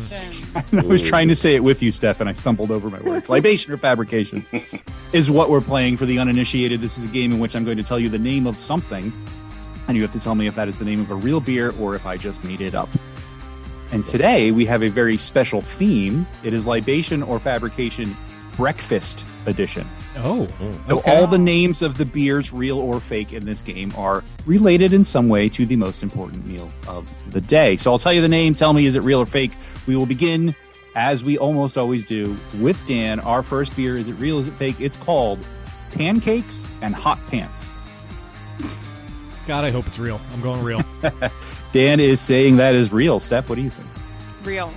Also saying real, Kelsey. I say real. Oh, everybody's saying real so far. Are you going to agree, disagree, Matthew? I'm going to just disagree on principle. I feel like it shouldn't be a beer, and, hot pants should remain what they're for, and pancakes the same. Okay, a respectable position. Unfortunately, you are wrong. It is a real beer. It is, in fact, it is a 5.5% ABV vanilla porter brewed with maple walnut coffee and ghost peppers. It comes from, I know. I knew you'd light up at that one, Steph. If there are no hot pants in it, right? There's no hot pants in it. Not in their official description, anyway. It comes from Old Peninsula Brew Pub, which is in Kalamazoo, Michigan, and it is served with a garnish of bacon. Ooh, Damn it! That ruins it, but okay. Can I get it made vegetarian? Yeah, you probably could. And Can also, I get it without the cured meat? Plant-based bacon. Please don't. Without the flesh, please. According to a secondhand report of hearsay from a bartender, the beer might just be a 50-50 blend of their pancake porter and habanero ale, two beers they already produce and mix together. So there you go. Buy those. Shame in that. There's no shame in that at all, but you can buy both of those beers, mix them together, and have it without the bacon. It's like a bougie black and tan. It is a bougie black and tan. Exactly. Moving on to our second beer of the game, and Steph is going to guess first on this one. This one is called Scrambled Kegs. That's fake. Wow. I don't know how to feel about that. Dan, what do you think? Wait, me? No, you're going the wrong order. I'm in the wrong I order. was say, Kelsey. I don't know. I'm going to say that's just punny enough to be real. Just punny enough to be real. Okay, Matthew. Oh my gosh. I'm going to go with Kelsey. I feel like it's real, and for the same reasons. Okay. Matthew hates all of these. This game none of our beer names are like this. Fair. Finally, actually, Dan, real or fake, scrambled kegs? I think it sounds too punny. I'm going to say fake. That's what I'm thinking. It's so funny. Wayne could have come up with it. This is one of those rare circumstances where Dan and Steph's long experience playing Happy Fun Time games pays off, because they are correct.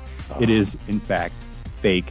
Surprisingly, the very obvious pun, I think, has yet to be emblazoned on any commercial beers, but scrambled kegs was a category on the Jeopardy episode that originally aired on January 17th, 2017, in which the clues were anagrams of well-known breweries. Oh. Yeah. So that's pretty cool. Oh. Yeah, I get it. Scrambled kegs, anagrams. You know how much I hate anagrams. Yeah. Oh, yeah, I know. We did an anagram game once on this podcast. I never did it again. Yeah, I blocked that out of my mind.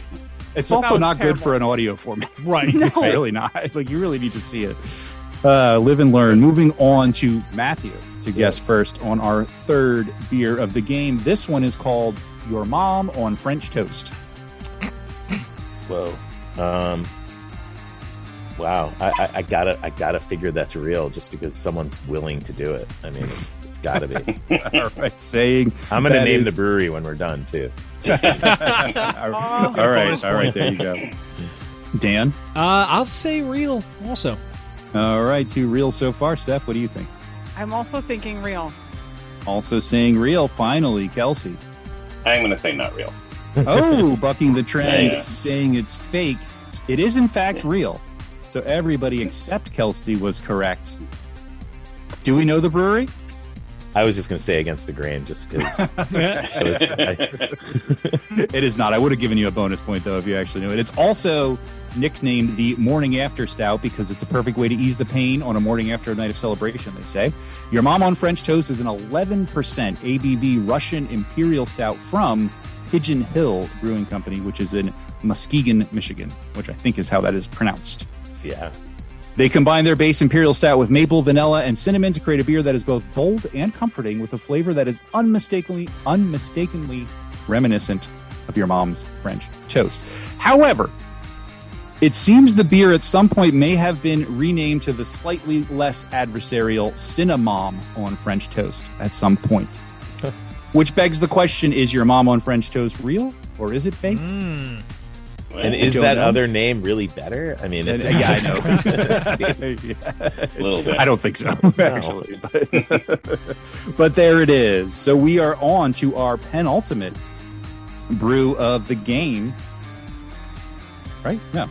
Yes, we are on to our penultimate brew of the game, which means... Did you guess first on that one? That last one? Yeah. I did. And I was right. I think You were right. Yes, you were right. 5 points. Don't fuck up the points, Wayne. Yeah. Oh, I know. No. I lost the order of who's going I'm first. doing well for once. Don't fuck this up. Dan, you're going to guess first on this one. Sure. And you're going to find out why in about 2 seconds. Okay. This beer is called Fried Mozzarella Space Cowboy. What? Is that supposed to be why I'm going first? Is it because of the fried mozzarella? Because we all know mozzarella sticks make life a better place? Yeah. Okay. Real. Yeah, fuck it, real. Dan is saying that is real. Steph, what do you think? Say it again. Fried Mozzarella Space Cowboy. And it's going to be breakfast related? It already is. Fried mozzarella isn't anytime food. Really? Okay, I'll just say real. Me and my gout say so. I'm sure some ridiculous brewery out there made it real. Kelsey? Made it real. I'm going to say it's real. I think it's like an Omnipolo beer or something. All right, saying it is real. And finally, Matthew, everybody said real so far. Yeah, I think it's real, and I think I could name the brewery, but I have 2 guesses. Oh, okay. What are your 2 guesses? My first guess would be Clown Shoes, but I don't think it's Clown Shoes. Okay, what's your second guess? I would say Against the Grain again, but it could be like Thin Man or something. Yeah. I'm going to give you a bonus point. It was a collaboration between Thin Man Brewery in Buffalo, New York. And Look at that. Wow. When you said you had 2, I was like, you might just know both breweries. That would be insane. So, yes, it is in fact real. I don't think I said that part yet. It is in fact real. And I think we can all agree that mozzarella sticks are part of a complete breakfast. Fried Absolutely. Mozzarella Space Cowboy.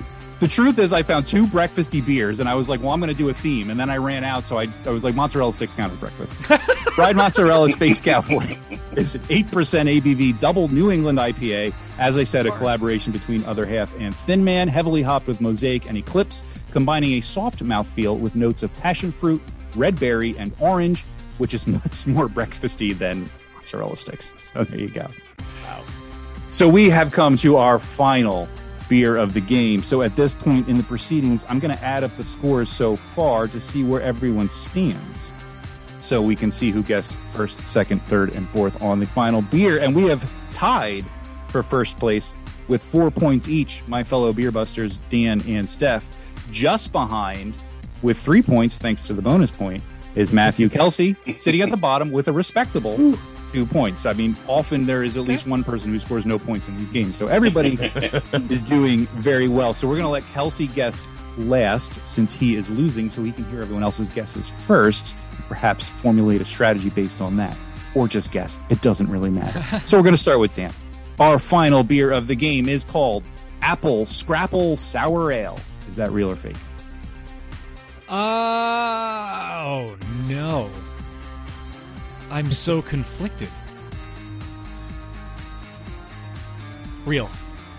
Saying it is real, Seth. Because he said real, I will say fake. You are saying fake. Strategy, smattegy. Matthew? I'll go with Steph. I'm going to say fake. also saying fake. And I think Scrapple in a beer is just awful. Oh, we live in Eastern Pennsylvania. Scrapple's been put in many beers around I'm here. sure. I'm sure. Certainly has. Kelsey, we got a real, we got two fakes. What do you think? I'm going to go fake. Going with fake. It is in fact fake. Steph, Kelsey, and Matthew. Everybody. I knew it after I said it. I knew it after I said real. It sounds too good. It sounds too good. Like somebody probably did it. But I should realize the sour part is the part that really messes it all up. But after scrambled kegs, I was like, no. After scrambled kegs, all bets are off. Yeah, you're just really good at naming beers. Well, thank you. A few of them have actually become beers after these games. So yeah, I was actually, you guys answered the question because I was going to say I don't know if our guests are familiar with Scrapple because I don't know how far the influence of that delicacy spreads beyond Pennsylvania. Global. But yeah, basically scrap meat, cornmeal patty. Anyone listening who may not know what Scrapple is, that's essentially what it is. It is delicious. I love Scrapple and I don't care. If it's made right, yeah, it's one of the best things. I've had it. But I wouldn't put it in a beer. And I picked apple because it rhymes with Scrapple, and then I picked sour ale because an apple sour ale makes sense, but I don't think Scrapple apple sour ale would be better than any other Scrapple beer. Yeah, it could end up like a smoky apple sourish beer.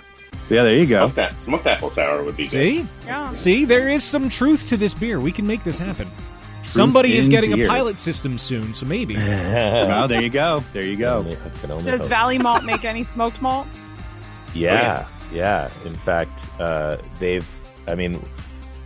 we haven't even talked about Valley Malt yet, really. But actually, I spoke to Andrea tonight. Hadn't spoken to her since I was back on vacation, so I was glad to talk with her. Chris and Andrea, who own Valley Malt, great friends of mine, my best friends, really. And they have made apple smoked malt for us, Beechwood smoke. They did some, they do roasted grains for us. So all our dark beers are loaded with all of their chocolate wheat, chocolate rye, roasted oats, brown malts. They have the ability to do those things. They don't do a lot of it. I like to think, I kind of run them through the mill a little bit, so to speak, because I'm constantly like, hey, can you make this? Can you make this? Can you do this for me? And they're like, yes. And I'm like, great. So yeah, they've been great to work with because we can get kind of anything from them. I mean, we made a multi-grain beer years ago that had malted sunflower seeds. Oh wow! And triticale and buckwheat and like all these other ancient grains that otherwise would not normally be used in a beer. I forget what that beer was. That Sidechair? No, what was that beer? No, that was a demo tape. Yeah, I want to say 13. Yeah, that's right. Or 14. Yeah, but yeah, it was a saison base, like a table beer base. Yeah. Sorry, Wayne. I think you are just anxiously waiting to announce the amazing winner of this game. Yeah, I was. I mean, I forgot we were playing again. We're playing a game? Is that where we're at? I think you want to announce the final scores. Okay. Step one. Yay! Steph emerges victorious on her own. No one tied for first place. 5 points, standing atop the heap. Tied for second place with 4 points each are Dan and Matthew, again owing to that bonus point. So good showing there. Kelsey, again, 3 points. Not a bad showing. You just had some pretty tough competition today. So there it stands. Everybody did better than one, which is nice. We like to see that. We like to see that on this show. Zero. Or zero. Yes. 0 and 1 are often the scores. It's almost like Happy Fun Time is in binary. This is, of course, the part of the podcast where we shout out to our most generous patrons on Patreon. We would like to thank the following individuals for helping to keep the lights on at Beer Busters headquarters, beginning with Jen McDonald. Let's have the biggest party we can. Eric Dixon. Just occurred to me who that clip was, the first one. Yeah. Dana. Cross-pollinating activities. James Lambert. That's amore. Chris Mahoney. There's a hot dog I have to grab. Sean Sullivan. Wait a fucking minute. That's an old one. Classic. That is a classic. Jill Chivers. I have a ball that's this big coming at my face, Joe Mansell. I love all people. Topher Simmons. Oh, boy. And finally, Ben Mengel. I like the beer, Tom. Oh, chef. Oh, chef. If you want to find out how you can get on this list and get other cool behind the scenes perks, you go to patreon.com/beerbusters to learn all about it.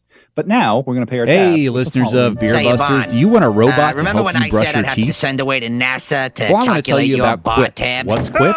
It's a robot that helps you brush your We all teeth. had a good It's a laugh, modern Mo. oral The care results came brand back that today. designs beautifully simple electronic You owe me toothbrushes. $70 billion. Not only that, but they also deliver affordable brush heads every 3 months on a dentist recommended schedule, so you never forget to replace your toothbrush like we all do. They've partnered with dentists to bring you straightforward oral care tips. They also have smart accessories like the press wall mount that attaches to any glossy surface. Toothpaste tubes provide a guide on how much to use, and the brush has a 2-minute timer to help make sure you won't shortchange yourself. If you want to find out more about Quip and get a free $10 refill, go to tryquip.com/beerbusters. That's right, a $10 refill at tryquip.com/beerbusters.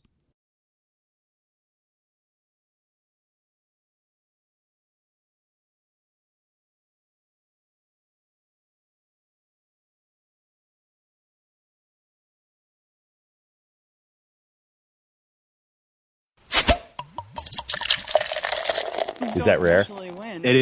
Well, you know, it's funny because like we say it is and it feels like it is, but we don't actually like track it. Like it'd be We don't interesting really to go back. They have like a trophy at the end of the year. Yeah. Person with the most wins. Right. The problem is we've been doing this for so long, and I've put my notes in so many different places that I would have to just go listen to almost every episode to figure it out because I don't have that all written down somewhere. Anyone figures it out, I'll send you a free T-shirt. There you go. We still have T-shirts. I do still have T-shirts. Whoops. How many episodes have you done? 247. Well, we've done 246. We're in the middle of doing the 247. True. Yeah. This may be it though. This You never know. Going out on top. Well, we've kept you for so long. We have a little bit of time yet, but I don't want to end this without mentioning Matthew that, and you sort of touched on it a little bit, but you do have a background in craft beer. You're not like one of those people that were like, I was a home brewer and I wanted to open my own brewery. Right. So I wanted to kind of talk about your journey into craft beer and sort of your journny to get to where you are now. Yeah, I mean, I was a home brewer and I wanted to open a brewery. No, I actually was. I moved. I homebrewed for a minute in Amherst with my friend Eric Shuddy, who basically was like, "Hey, go into the shower, wash this corny keg, and now you're brewing." That was the extent of it there. I moved to Flagstaff for the remaining part of my college career in the early 90s, and I get to my apartment, and up the street is a homebrew shop called Homebrewers Outpost, and I was like, oh my god, that's so cool. I'm going to spend money there instead of on food or whatever. And so I went there and they were hiring, so I got a part-time job working. It was $4.25 an hour, and it was 1994, and I just started brewing like crazy, and I made, I don't know, 300 gallons that summer. 10-gallon batches. Wow. Brewing 3 or 4 days a week. Jeez. I had a pool table and fake friends, and it was awesome. and then I, ended up just making a lot of beer. And in fact, I saw friends in Arizona this week, my friend Christy, my friend Tony, and they all were like, we drank your first beers. Like, they were so proud that I'm still doing this and I have a career, and they were there for the, those first terrible batches of Kona coffee porter or whatever. And so I decided to move back to Boston. I got a job at Harpoon, and that was it. I just never looked back. My dad was in the tire business locally here in Boston, and in between working at Harpoon and getting my first kind of brewing job working in a brew pub, I worked for him for a minute and was like, this isn't happening for me. I really want to be in a brewery setting. Started working at a brew pub called John Harvard's, and in Harvard Square. And at the time, we had one in Mainline. We had one in Philly, Manchester, Connecticut, down in Atlanta. Atlanta. What was the other one in Pennsylvania? I forget. But there were two in Pennsylvania, two in Georgia. Anyway, so I just kept kept at it. Always had it in my brain that I wanted to start my own place, and worked for other people to learn what I needed to learn. Like, I know a lot of people have jumped at opening their breweries without a lot of professional experience, which I think is great if you're well capitalized and have good people behind you making good beers and good branding and all of the things that you need. But it is a tricky business, and I have seen a lot of breweries that were either less than skilled, brewers that just didn't have the skills they needed in a professional setting, or worse, undercapitalized to make it work. And I just feel like I've been very fortunate to have a partner that I do that believes in in my skills. We've hired very well too. So, Kelsey was our first hire. He helped build this business from its intellectual property stuff, but also just the culture that we have is built around his focus on that. We've gone through a big run of brewers. We now have this amazing team of 7 in the brewery with me. And I barely have to even walk in the room now to make sure everything's happening. It's kind of amazing. I kind of brag that I don't have to brew anymore. I'll be 50 until that pilot system comes in. Yeah, then I'll brew all day. I'm fine with that. But yeah, I mean, I 25-year career, and I don't even remember how to homebrew. If someone put a homebrew setup in front of me, I'd be like, I need help. My favorite, you would just say that because you don't want to have to clean corny kegs in the shower. I'm not cleaning corny kegs in the shower. Shuddy, the man. I will say this, that one of the things that I started to learn throughout my career was the things that I love the most about it. It used to be mashing in and pitching yeast and picking up the can off the canning line or the bottle off the bottling line and being like, yeah, we did this collectively. Like, we made this thing exist because we put all this work together. The thing that I love the most now is walking into the brewery after we've already started brewing and smelling that wort and that mash for the first time. It's almost as if you can't smell it anymore when you're in it, so walking in on like a porter brew day in the morning when I'm not, I'm in a clean shirt, I got dry socks on, I'm not bent over a hose or anything. I'm just walking in to go put my stuff at my desk and talk to Kelsey about what we're doing today. And I can smell it. And it's the greatest sensory feeling there is. Now, in addition to that, the other thing that I really love is that I can actually watch people that seem, at least on the surface, and a lot of times it's real, that are super passionate about what we do. And they jump through hoops and work so hard to make it the beer as we intend it to be. And they are the hardest on it in the room. Like Andrew, Brendan, I'm naming the brewers, Brett, John, Joe, Kyle, and Frank and Dara. They literally care so much about this liquid that when it's not on, they're the first to be like, there's something wrong with this. This isn't right.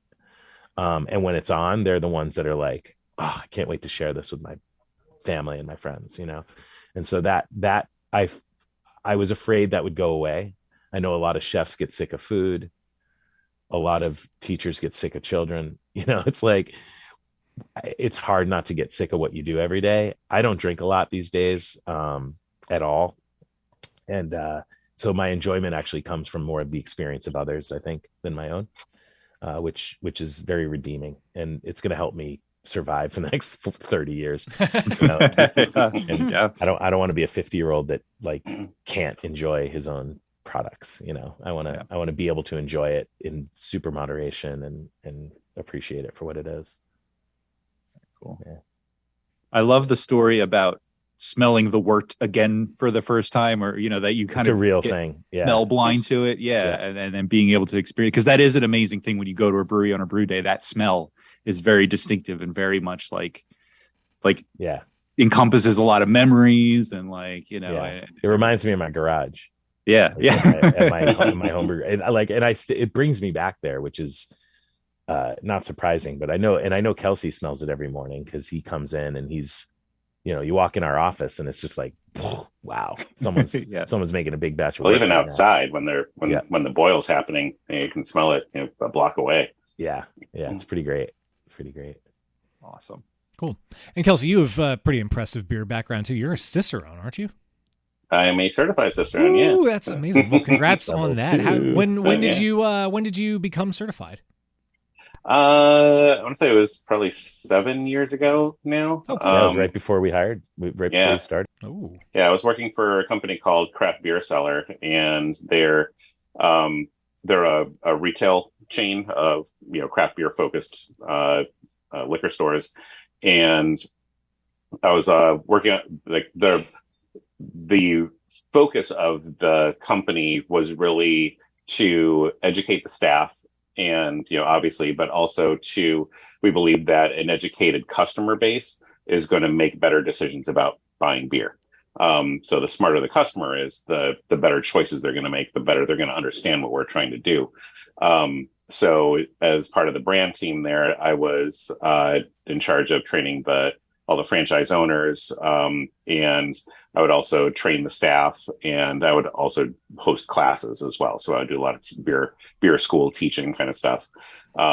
So it made sense for me to kind of pursue that level of certification. So at the time there was no advanced Cicerone. There was just certified Cicerone and then master Cicerone. And my boss at the time, Suzanne, she had tried twice for the master Cicerone and failed both times. And so I'm like, yeah, I'm good right here. I don't need that 2 days of torture to go through that experience.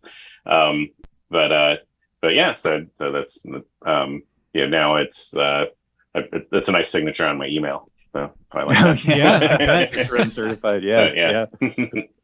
That's funny. So one final question for both of you, since you've both sort of been in beer for a minute.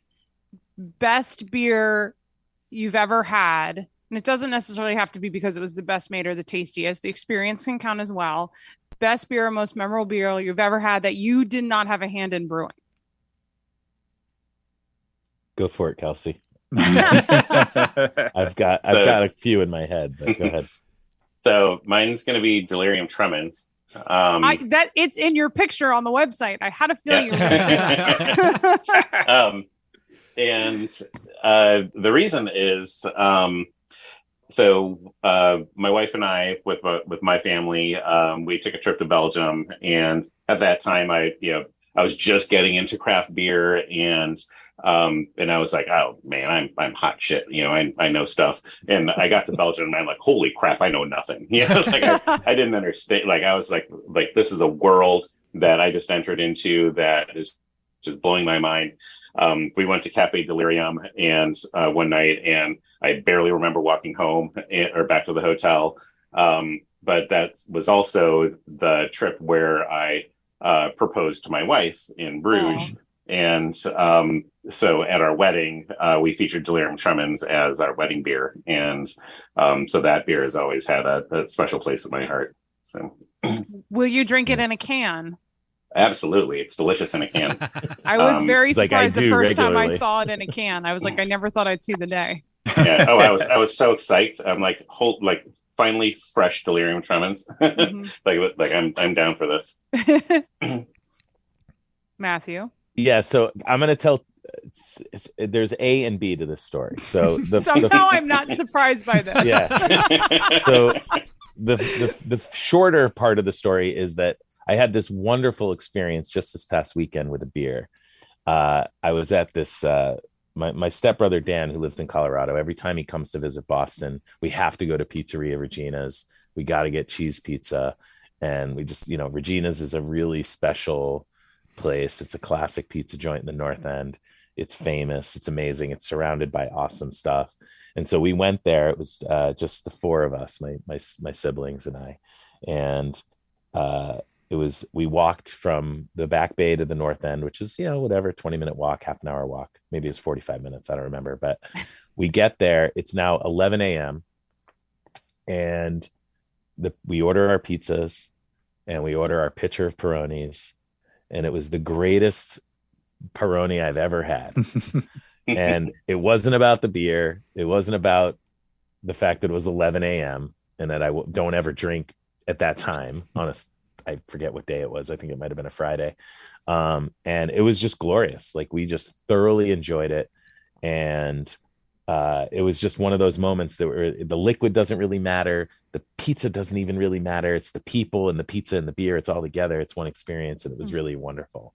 And we had some great moments. But the real answer to that question is Cantillon Rosé d'Angambrinus. And the reason for it being that beer is, like Kelsey, I did not propose to my wife in the most traditional of manners.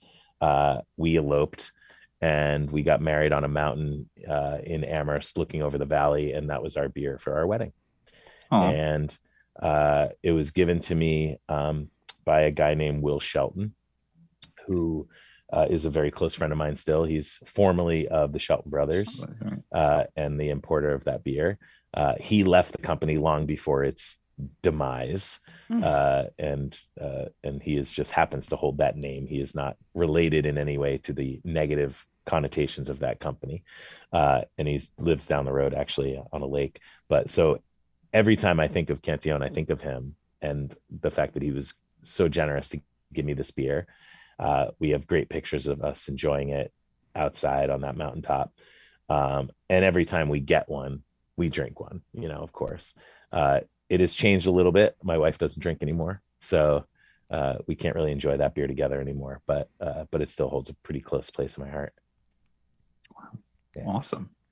Such I could tell a side story to that if you want, but I won't. Somehow I knew these two would have good answers to that question. Yeah. I just had a feeling. Yeah. That's a good question too. I used to say Catamount Amber, but it's just, come on. There's so many ways to answer that question. But yeah. That felt like the right one. I know. It's kind of an unfair question because I'm sure the answer changes by the day. Yeah. You just never know. Back years ago when I was active on Beer Advocate, my profile said it's like favorite beer, and my quote on there, it said, "What am I doing? Who am I with? And are you there?" And it's basically saying, if you're there, then we're partying. Like, this is great. But the beer I don't know what beer it is, because it's the moment. Like you said, it's not necessarily about the liquid.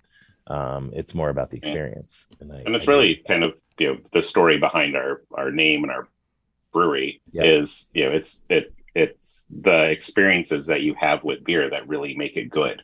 When I was working at retail stores, I would have people come in and say, like, "Oh, I had this beer, it was amazing," and I'm like, "Okay, can you tell me about it?" And like, they couldn't remember the name, but they're like, "I was on this boat off the coast of Cape Cod, and we're watching the sunset and having this beer, and we find the beer and it's okay, it's an okay beer, but it was that story that they had with it, that experience that really made it special." And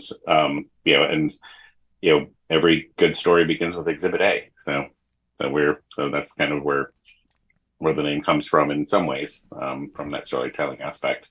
And we hope that when you're drinking our beer, that you're enjoying it with friends and family and having those good experiences and creating those good stories. Yeah, we talk about that on our can verbiage. I like it. I like it. Cool. I feel like that's like the perfect bow to the package. Yeah, I think so. We didn't even plan it that way, guys. Look I know. at how it worked out. It just worked out so well. We're pros. That's why I hired Kelsey. Yeah.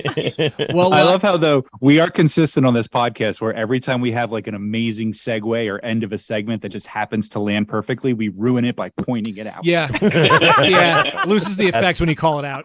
That's the edit machine, though, isn't it? Yeah, cut that out. Well, if people want to learn, live? If people want to learn more about Exhibit A, where should they go? What's their best resource? 81 Morton Street, Framingham. Perfect. Come Best visit us. answer. But also our website, exhibit-a-brewing.com. That leads to all of our other places, our Instagram, our Facebook. But our website also has information on all of our beers and events that we have going on. There's always something going on. ultimately we want our brewery to be a place where people can come together and gather and hopefully create those stories, create those good experiences. And, so we try to help facilitate that with fun events and then good beer along with it. Yeah, live music on Fridays, comedy shows on one Saturday a month. Yeah, second Saturday of the month we do stand-up comedy. We have jazz every Sunday. We got a sustainability market coming up with a whole bunch of cool, like environmentally conscious and sustainable businesses. We've got a holiday market coming up. We have the local kids ballet school is doing a Nutcracker performance inside the brewery, which is going to be awesome. So there's a lot of cool things coming up. Yeah, that's exciting. So there's something for everybody. That's amazing. Yeah, oddities market sometimes we do, which is really bizarre and fun. That sounds cool. It's like weird taxidermy stuff. Oh, wow. Cool. I want to go to that. Yeah, that sounds really fun. Yeah, the lady had like a little tiny kitten in a jar, literally. Oh, wow. Wow. Creepy and odd and not really my scene, but she was awesome. And apparently the kitten in a jar was not for sale. It was hers. Oh, okay. I like weird shit. Yeah, you'd like the oddities. Go to Salem. I mean, come here and go to Salem. Yeah. Well, while you're out there, finding Exhibit A online, remember you can follow along with us. We're at Beer Busters on currently Twitter, Instagram, and TikTok. Who knows how that's going to change by the time this episode comes out, if Twitter is still a thing. Facebook, Beer Busters Podcast. There's beerbusterspodcast.com, where you can go to the shop tab and get some of that merch. YouTube, we're Beer Busters Podcast, and then patreon.com/beerbusters, where you can get access to all the cool behind-the-scenes goodies for as little as $1 a month. Less than $8. Less than $8, that's true. And you're verified. Yes, exactly. I just verified Beer Busters on Twitter. So. Also, Patreon is run by adults. Just saying. Yes. Zing. Oh boy. Well, guys, thank you so much for joining us. This was so much fun, and it was exciting to learn about everything you have going there, all the cool, inclusive stuff that you have, and I'm dying to get up there, and I'd love to stop by and check it out myself and go to an oddities market or a comedy night or what the hell, both. Yeah, definitely let us know when you're in town. And, like you said, everybody's welcome. I had a blast. Thank you for having us on here. Yeah, it was really enjoyable. Yeah, thank you guys. Really appreciate it. Well, I think, unfortunately, that brings us to the end of another episode of Beer Busters. And this is the beauty of doing this on Zoom, and I say it pretty much every time we do it with somebody who's not in our geographic area. We get to meet cool guys like you and learn about things that are going on in the beer world outside of here, and that's amazing. And I think I like it. I think I like it. And to think this technology was here the whole time, I know. Well, my name is Dan Baker. I am joined by my co-host and brewologist, Steph Hefner. And, of course, the demented and fermented Wayne Baker. Thank you for listening to this out there. Don't forget to leave us a rating and review on your podcast platform of choice. We'll see you next time. And keep trying to make radish beer happen. Yes, sir. Beer me! Beer me! Beer me! Beer me! Oh, man, we haven't heard that in a while. But yes, jeez, we told you to stay tuned, and you've stayed tuned.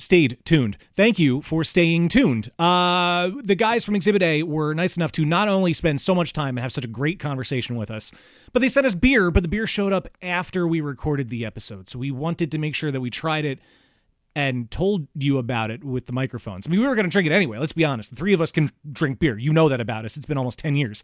But we needed to tell you about it because they were so nice and the beers sounded amazing when they were talking about them. And I really want to drink this damn beer right now.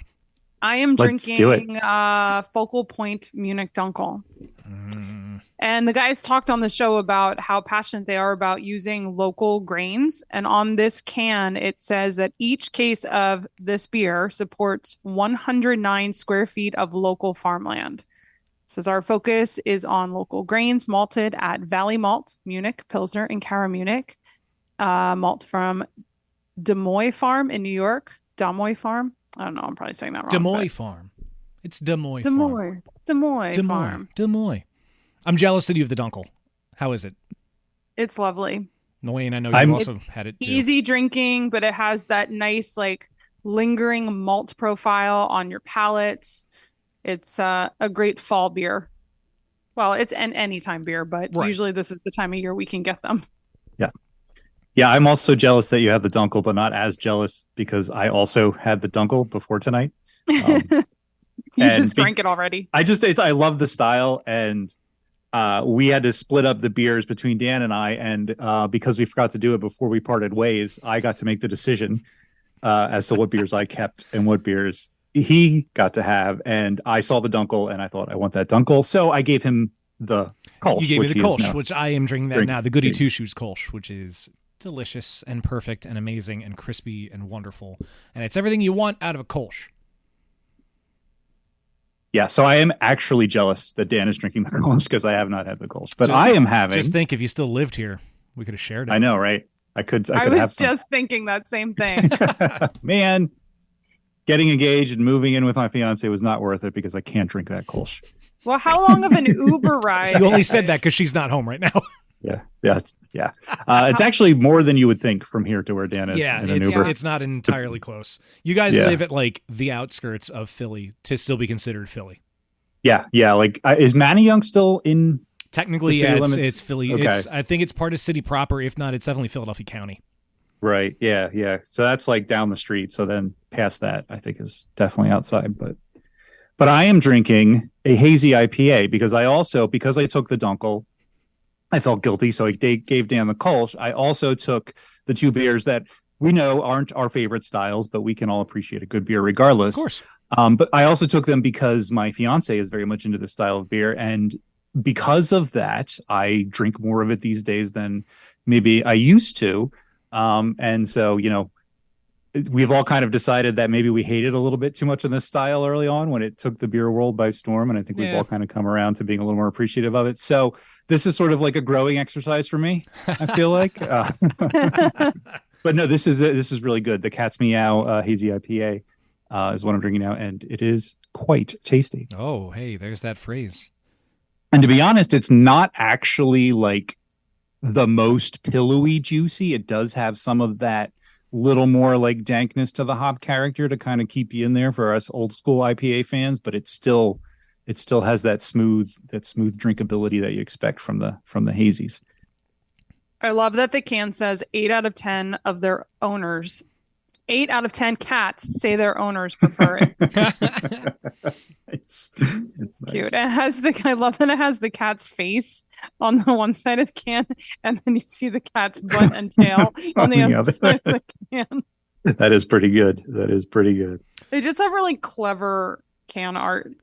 Oh, yeah. I didn't know. I figured the stuff on the side of the can was like the obligatory Surgeon General warning and stuff. But no, the side of my can for Goody Two Shoes says, "We love beer and we know you do too. We are proud to have the opportunity to share ours with you. Please enjoy responsibly with friends and loved ones. Aromas and flavors can transport us to a specific time and place. This beer brings us to experiencing the tradition, majesty, and purity of Kolsch for the first time. Where can it take you?" Oh. I also love that the shoes are Doc Martens. Can we just point that out? Oh, I didn't even notice that. Of course I would notice that. Well, you own Docs. You've come to Philly specifically to come to the Doc Martens store. Yeah, I won't admit how many pairs of Doc Martens I own. Especially now that they make vegan Doc Martens. I'm buying them all the time again. That's pretty cool, though. I got my first pair, God, math, 26 years ago. Holy shit. Jeez. Yeah.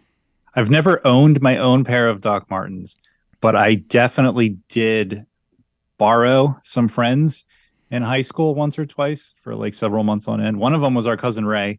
I borrowed, Dan and my cousin Ray, borrowed his Doc Martens for several months on end. I remember him being a little salty about it.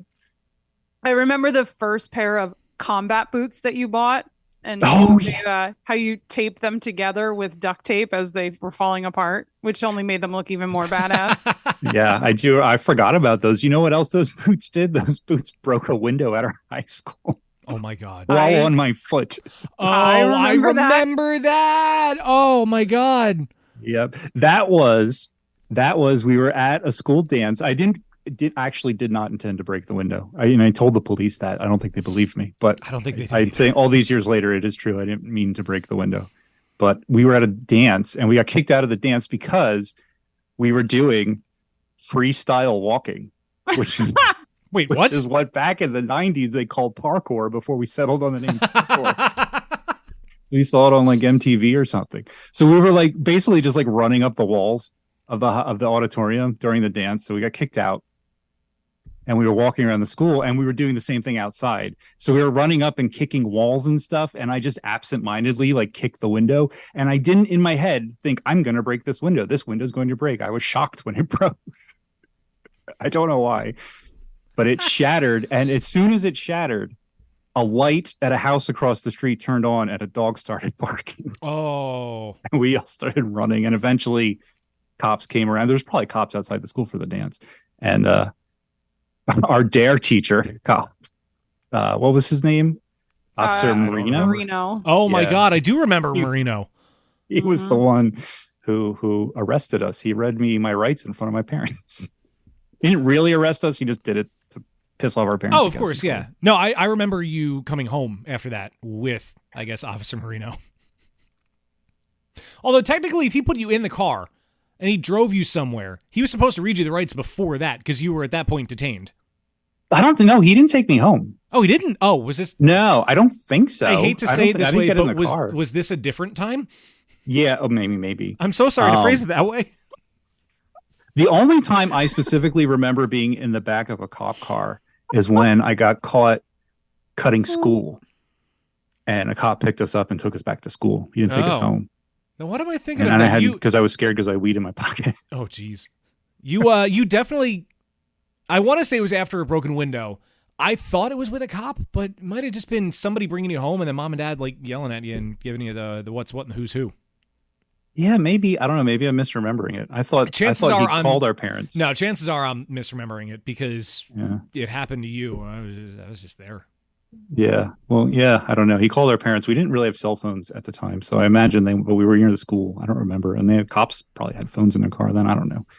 But satellite phones. Yay. Yeah. No, and I specifically remember one of the girls we were with had an asthma attack. Oh no. And because there was like a little medical facility because all the schools are like close together and like all the campuses are combined. Yeah. There's like a little medical facility and they came out and they were like giving her oxygen. Meanwhile, we have our hands on the hood of the cop car and I'm like, I'm going to have an asthma attack too. Like, she's over here being treated and like, are you okay? Sitting on the ground. Oh my and God. Like, anyway. Quite the troublemaker. Mm-hmm. All inspired by a can of beer. Yes. I feel like I should open the porter since that's the beer that kind of, I feel like it started it all for him. Let's do it. I have a can of the porter also, but I'm not going to drink that one tonight. My next one is going to be the coffee imperial stout because, yes. Oh, this is lovely. Wow. What is that called? Briefcase. Yeah. Sorry. Briefcase porter, American porter. No, you don't understand. Like, I would put that up there with like Edmund Fitzgerald and whoa. What was the porter I just had that I was like, I forgot how good this porter is. We may have even talked about it when we recorded the episode proper. I don't remember. Penn Quarter Porter is really good. But there was another porter we just had that not that long ago. I feel like I just had a porter recently that was really good too. I just love porter so much. This such an underrated style. I mean, it's dark, it's malty, but it can be light. That's my favorite part of it. You can also age it in red wine barrels. A Baltic porter, maybe. Call it Red Thunder and make it forever. And I don't know if it's because they use these local malts from Valley Malt, but the way that like the malt flavors just like pleasantly linger in your mouth, like it's so good. Do you have to let it linger? Oh. It's lovely. Good. Thanks. You just song ninja'd me. That's what I do. Got to use this broadcasting degree somehow. This is lovely. Like this is send me a case of it. I'll keep it in the fridge kind of beer.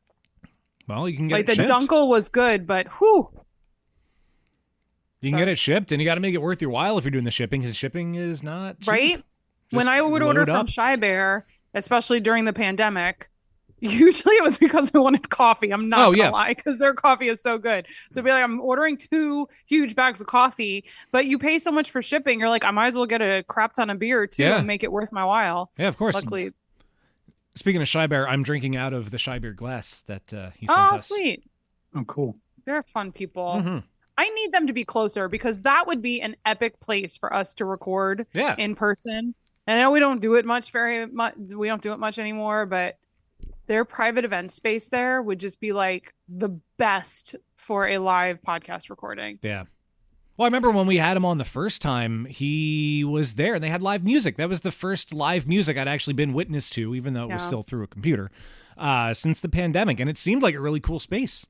Yeah, it's an amazing space. I'm sure we have to go to Exhibit A. I'm sure their space is amazing in person too. I mean, I want to get back up to Massachusetts at some point anyway. Oh, that's what it was. Dead Reckoning Porter from Trogs. Oh, nice. That beer is amazing. I don't know if I checked. I'm telling you, like, I know that I'm only like 4 sips in. But you know how when you have a beer for the first time, you're like, this is going to be a beer I want to drink again and again. When you know, you know.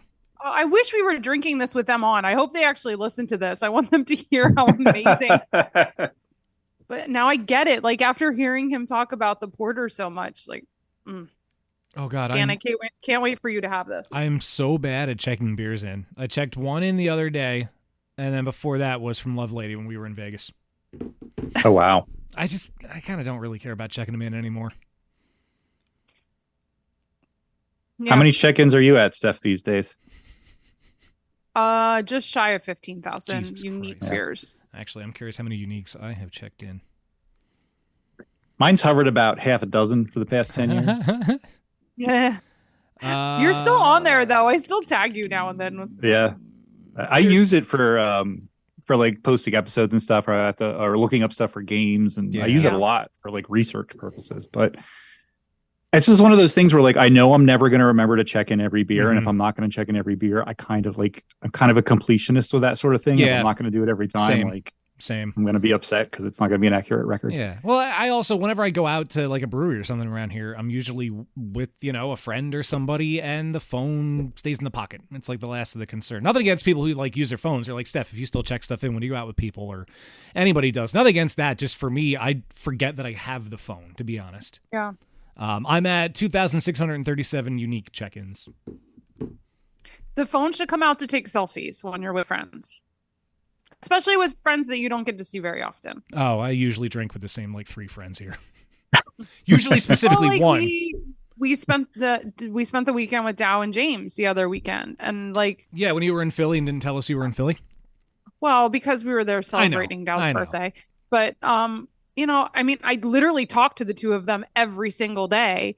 But for us to hang out in person for that amount of time, you better believe I took at least 2 dozen selfies throughout that weekend.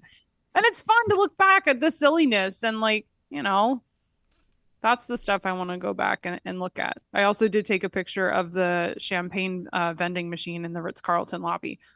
I shouldn't be surprised there was a Ritz-Carlton I do involved. Regret not trying to find out how much it was.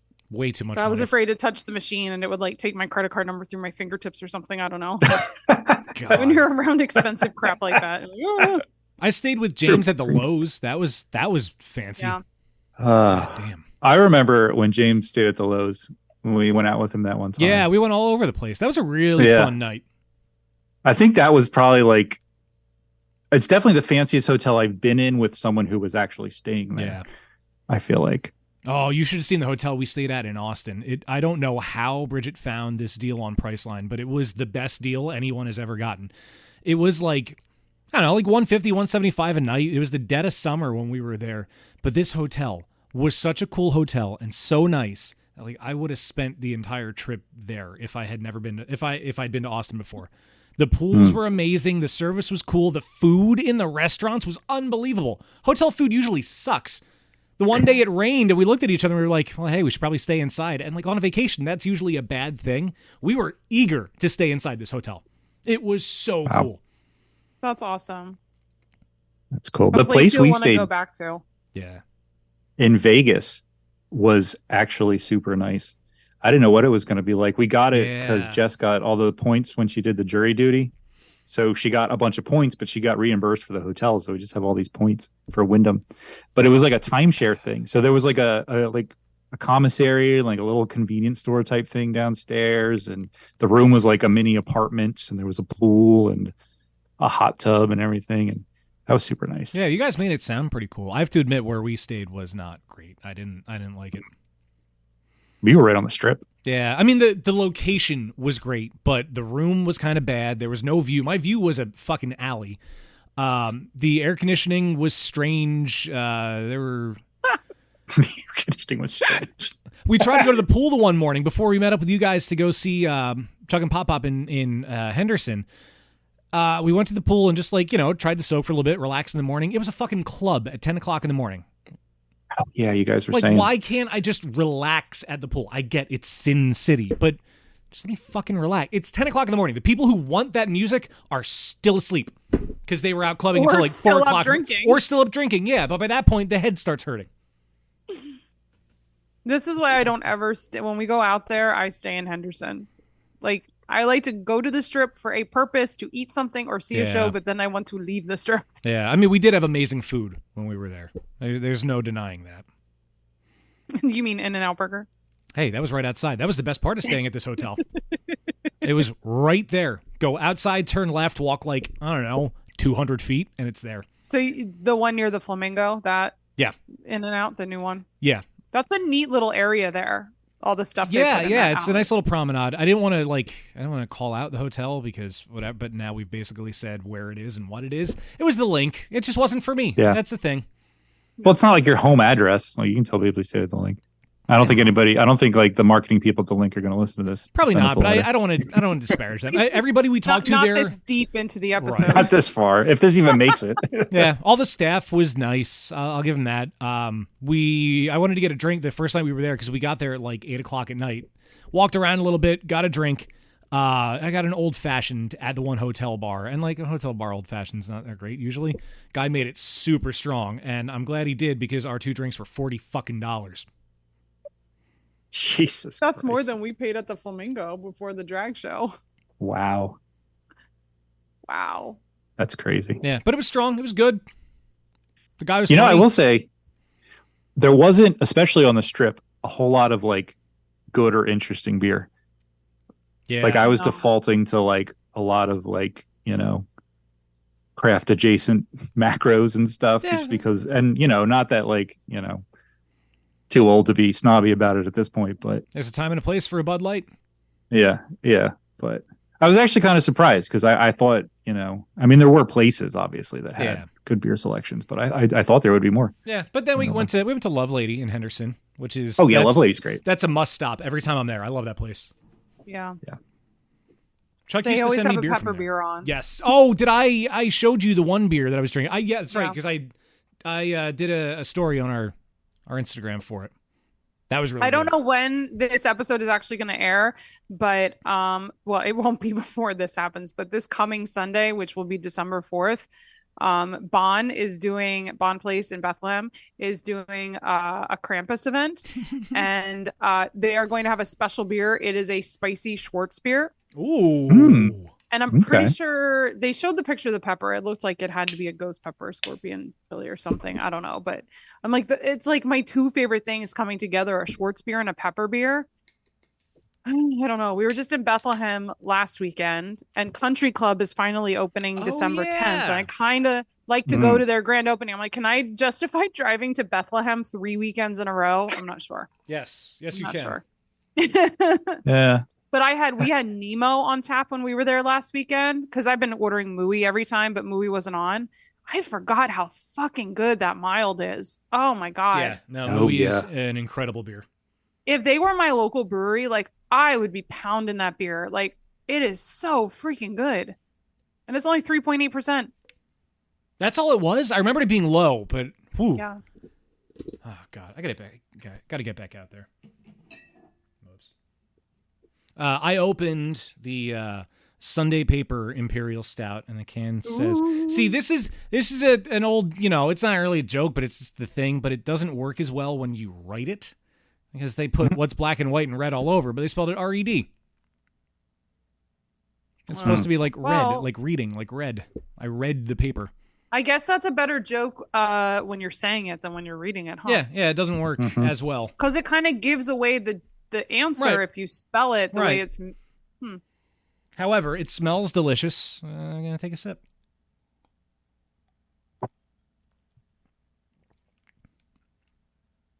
Oh, my God. Oh, that's so good.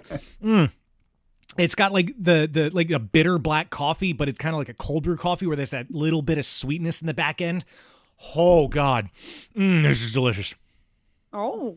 Okay. It is still one of your favorite styles, a stout with peanut butter. In moderation, I'm more of a lager guy usually. Coffee. Hey, I'll take peanut butter too. What Don't are you get me wrong. about? You know what? I'll do a coffee peanut butter one.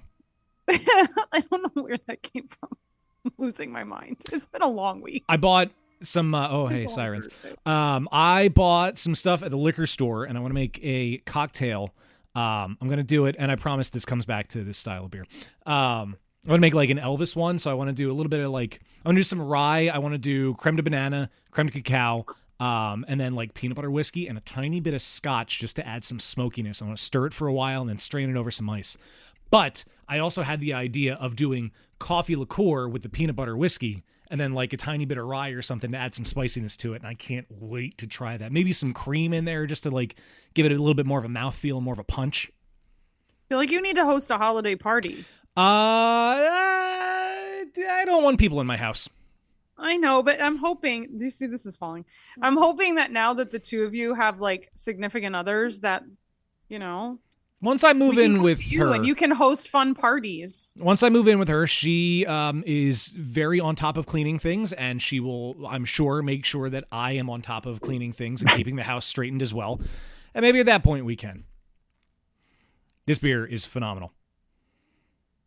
Well, I just cracked open my second hazy, this one a double. Oh. This is the Hair Razor Hazy Double IPA, and I really like the can art on this. I love the creepy Donnie Darko looking bunny on it. I love it. And I love like the inky graffiti, like textured style of all the artwork on the cans, and I think it really suits this design particularly well. And then the little stylized carrot on the back. It's very cool. But this one is definitely much more of a hazy IPA than the last. It definitely has that pillowiness. It definitely has that juiciness. And I'm liking it. It's quite bold, but I'm enjoying it. Do either of those have lactose in it?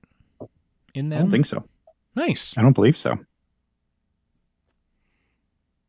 I'm just surprised nowadays when you see a hazy that doesn't have lactose. Like, I know that's not the only way to make it hazy, but I feel like it's, the shortcut to hazy.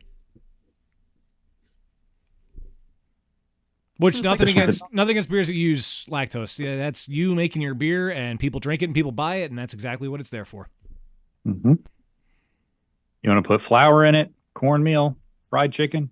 In my head, I thought you meant like a flower, not like flour. Or a flower. Lavender, rose. A rose. We've had beer with lavender in it. Yeah.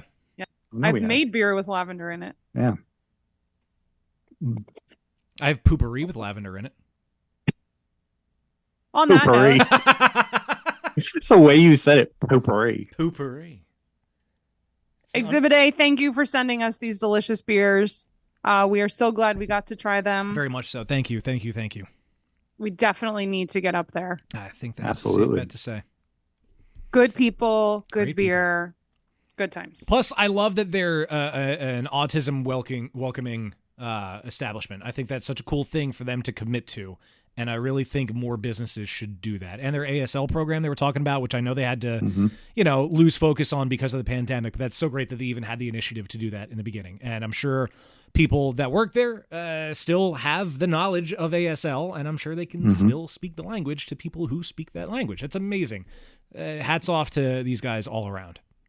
I also I want to give them a shout out for continuing to support the queer community because now more than ever, that's important for that community to find safe places that they can go out. And I love that they have the right attitude. Yeah. Like, They definitely do. This is part of our culture, and you can come and enjoy it if you want to. So I appreciate that as well. That's so great. I'm glad we got to meet these guys, and I'm glad the interview went well. And I'm glad they sent us these delicious beers. So thanks again to you guys. Absolutely. And of course, thank you to you for listening to this and staying tuned after the episode proper, because we couldn't not talk about these beers, and we had to make sure you knew how good they were. Bye. Bye.